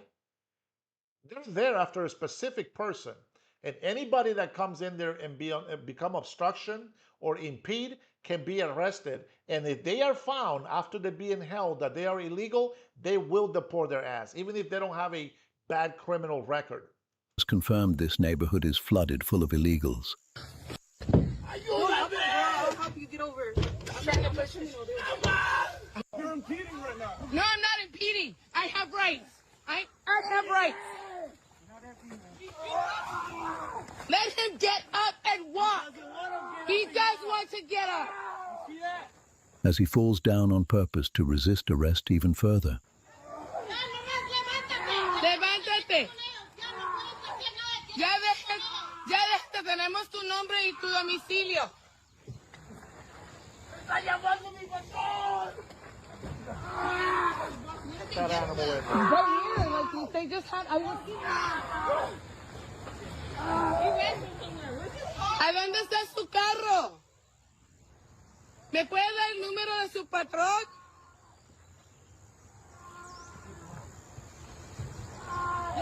He's still fighting arrest. You pieces of shit. You guys. You guys. You guys. That's right, James. He's You resisting. pieces of shit. Kidnapping people on the fucking street who's trying to go to fucking work. You pieces of shit.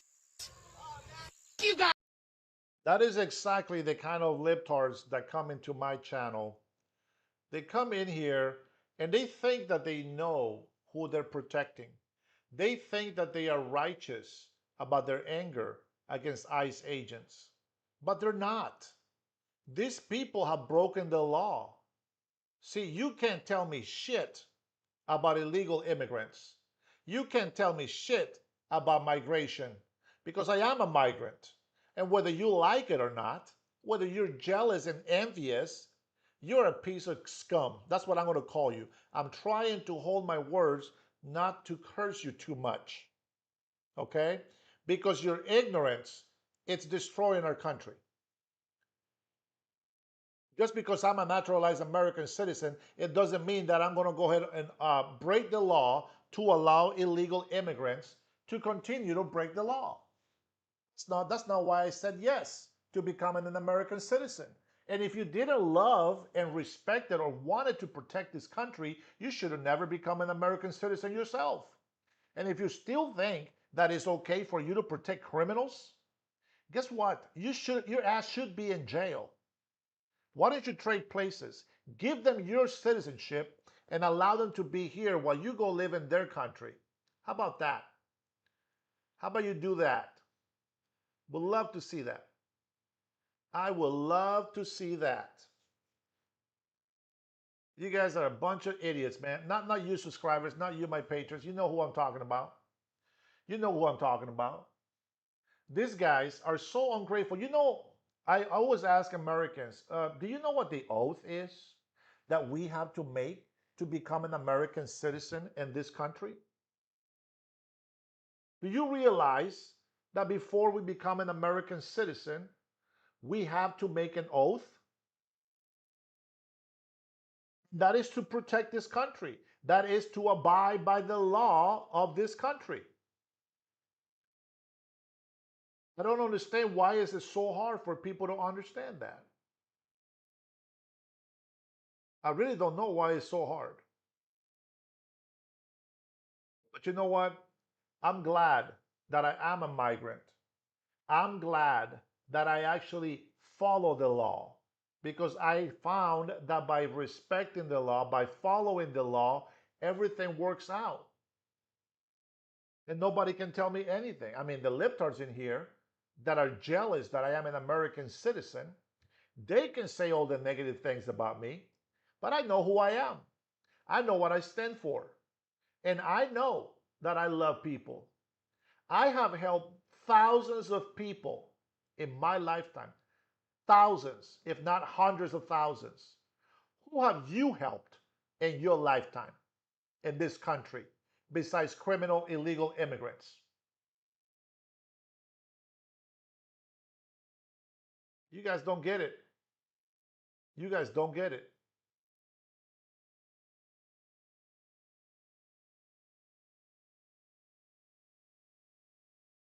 All right. So I want to say, hey guys, listen, you know, we can talk about this all day long. We really can. We can literally talk about this all day long. So I'm going to say this. If you want to be in this country, you got to respect the law. You got to be able to love this country. Nobody in their right mind is going to allow just anybody to come and stay in their house unless they know who they are. You know, I don't understand what the problem is. You know, my mother came to this country legally. Long story short, my mother, well, my older sister was a bilingual secretary. That's what she graduated from. Now, she met her husband at a church cell, okay, at a meeting. And she fell in love with an American. Well, that American left, went back to the States, and they kind of had a little falling out. But she got a visa and went to the United States of America, met with him again, and they have been married for 40 something years. Okay? That's right, 40 something years. But my mother wanted to come to the United States of America because there was something that happened in her family. We were in need, but she couldn't just go illegally. See, my mother could have grabbed me and my sister and taken us to the United States of America illegally, exposing us to rape, violations, criminal activities. Who knows, maybe even getting killed or kidnapped or whatever. My mother said no. If I can't go to the United States of America legally, I'm just going to have to keep doing what I'm doing. Well, my sister, who became a citizen, asked for my mother. Then my mother came to the United States of America, finally. And let me just tell you, in the mid 80s, early 80s, my mother was telling people they shouldn't come to this country illegally. And she was against pregnant women or women coming here illegally and having anchor babies. That's my mother. See, my mother taught me that. My mother taught me to respect the law. A lot of the people that are against me, they were not taught respect. They were not taught to love this country. And therefore, they don't know anything about this country and why they should be respecting this country.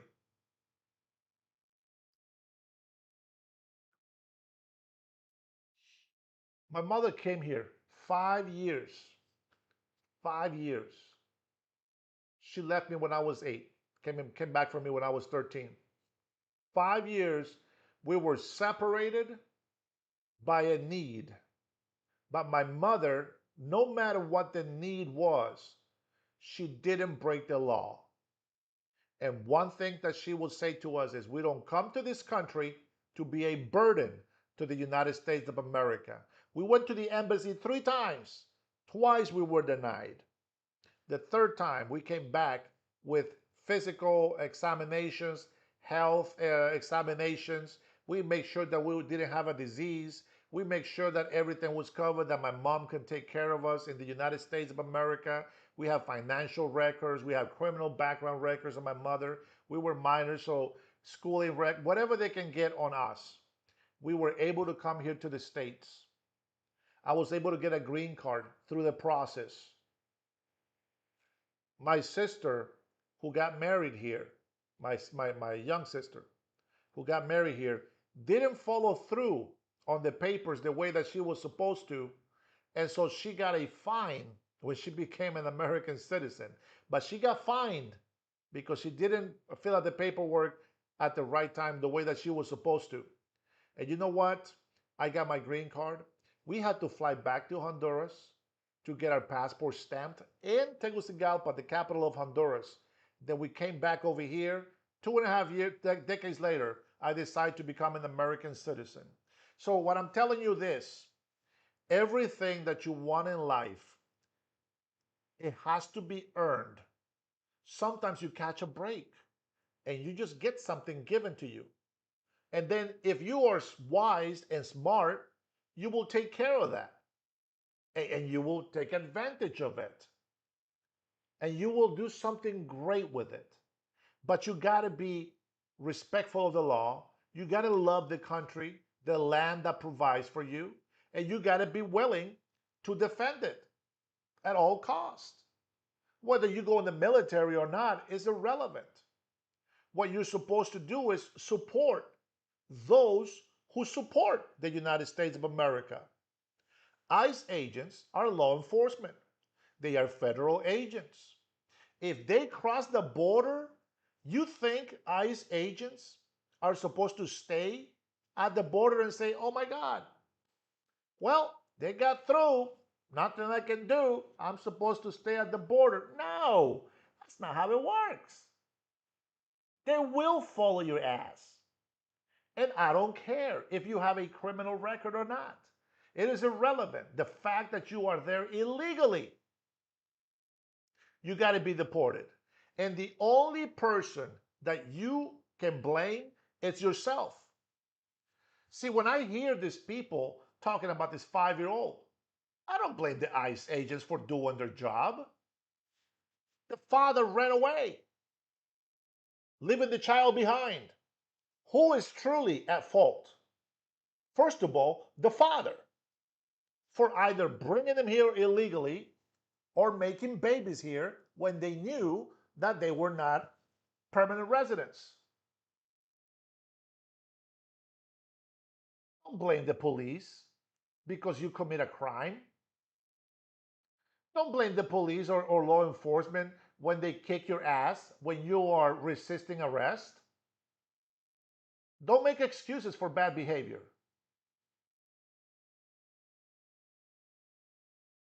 You know what I hear a lot from illegal immigrants or even migrants who came here illegally and have gotten papers like a citizenship. They use that old stupid ass excuse of, oh, well, my family and we came here illegally, so I can't be against illegals. Well, you're lucky you got papers. And if you really felt that bad, why don't you leave the country? Go back to where you came from. Of course not. You're going to take advantage. You've been given a privilege. The least that you can do is protect this country. Stand up against illegal immigration. See, you know that you're a good person, but anybody else that's not being vetted, you can't make excuses for them. You can't just say, well, I was illegal at some point, so I can be against it. No. And if anything, all you are proving is that it was a mistake to give you, an illegal immigrant, citizenship. That's what that tells me. They made a mistake. Because when you made an oath to the United States of America, you didn't keep it. And you're still not keeping it because you are defending criminal aliens. If you were keeping your oath, then I understand. I'm with you. And, it is what it is. You're not going to make me feel guilty for standing up for ICE, for respecting the law. Any educated Honduran has told me the same thing. And yes, I get it. It's very emotional. It's very emotional because you give in to the emotional side and not the common sense. If you think that you are so special, that you are making this country so good, why don't you go back to your country and make that country good? Why don't you do that? You know what? I'll be honest. I don't want to leave Honduras. I don't want to leave Honduras. I got my family back in the States. And I'm going back to it. I have a commitment that I had to fulfill. And the only reason why I get to go there and make that commitment come true is because I have the legal right to do it. So Kev, let me see, where's Kevin? I thought I saw Kevin's name on here. Yeah, Kevin is only a member in my channel because he was gifted membership. You could have rejected that membership, Kev. I know your EBT card doesn't work. I get it. But you should have just rejected that membership. As a matter of fact, you can still reject that membership. JR, and that's exactly what we're going back for, my friend. But I can tell you, man, that and JR, he's also a migrant. He's also a Latino who is a citizen. I don't think you're a migrant. I think you're Puerto Rican, so I think you're just automatically citizen, I think. I don't know. I forget what the date was. Yeah, Kevin is an idiot. Douchebag, says Johnny. You deserve that, Kevin, for being a dumbass. I'm not going to defend you for that. So just because some people have, the color of membership, it doesn't mean they truly support me. It just means that somebody gifted them the membership. Samuel, yeah, you're right. You're right. He is a special needs kid. So we should try to be nice to him, but no. I think we should always treat everybody with fairness. All right, here's the thing. Are there going to be agents that misbehave? Absolutely. They should be held accountable for it. The agent that shot Renee, fully justified. Was it necessary? Probably not. But it was fully justified. She could have gone, and the way she sped out of there, because she stepped on that gas, wheels spilling out on the ice and the concrete, etc. She could have just gone and got somebody else hurt. We don't know. We can speculate, oh, she's a nice lady. We don't know. There was a nice lady that just ran over the cop. There was an innocent man that just dragged an ICE agent down the street. You know what? I don't stand for it. If the police officers pull you over, comply, cooperate. They ask for your license. If you're in a driving seat, Get your damn license out and show it. Stop playing stupid games. Stop playing this whole, oh, you didn't pull me for any real cause. ¿Ya mero loco? Imagínate. Me tienen aquí sufriendo todo el día. I've been live all day. And my family just came home. We had to go somewhere. But hey, listen, I don't care. If you don't like the United States of America, just leave, man. Stop playing dumb games. If you really care about protesters being safe, tell them to get the hell off the streets. The streets is not safe. You get ran over. You'll get ran over. Bottom line is, ICE agents have the right to be there. ICE agents have the law on their side. Respect the law. Thank you guys for your support today. I appreciate you. Baba, you're the best. You are the best. Thank you for the PayPals. For all of you members, real members, I appreciate you for being members in my channel. To all of you who subscribe, thank you so much for subscribing. I wish you all to have a wonderful day. You know I am on vacation, so to speak. I shouldn't be working, but I miss you guys. I miss talking with you guys. So I will do my best to always come on here and continue to do my lives with you. Thank you so much for liking my videos. Thank you for subscribing. Until the next time, you all be blessed.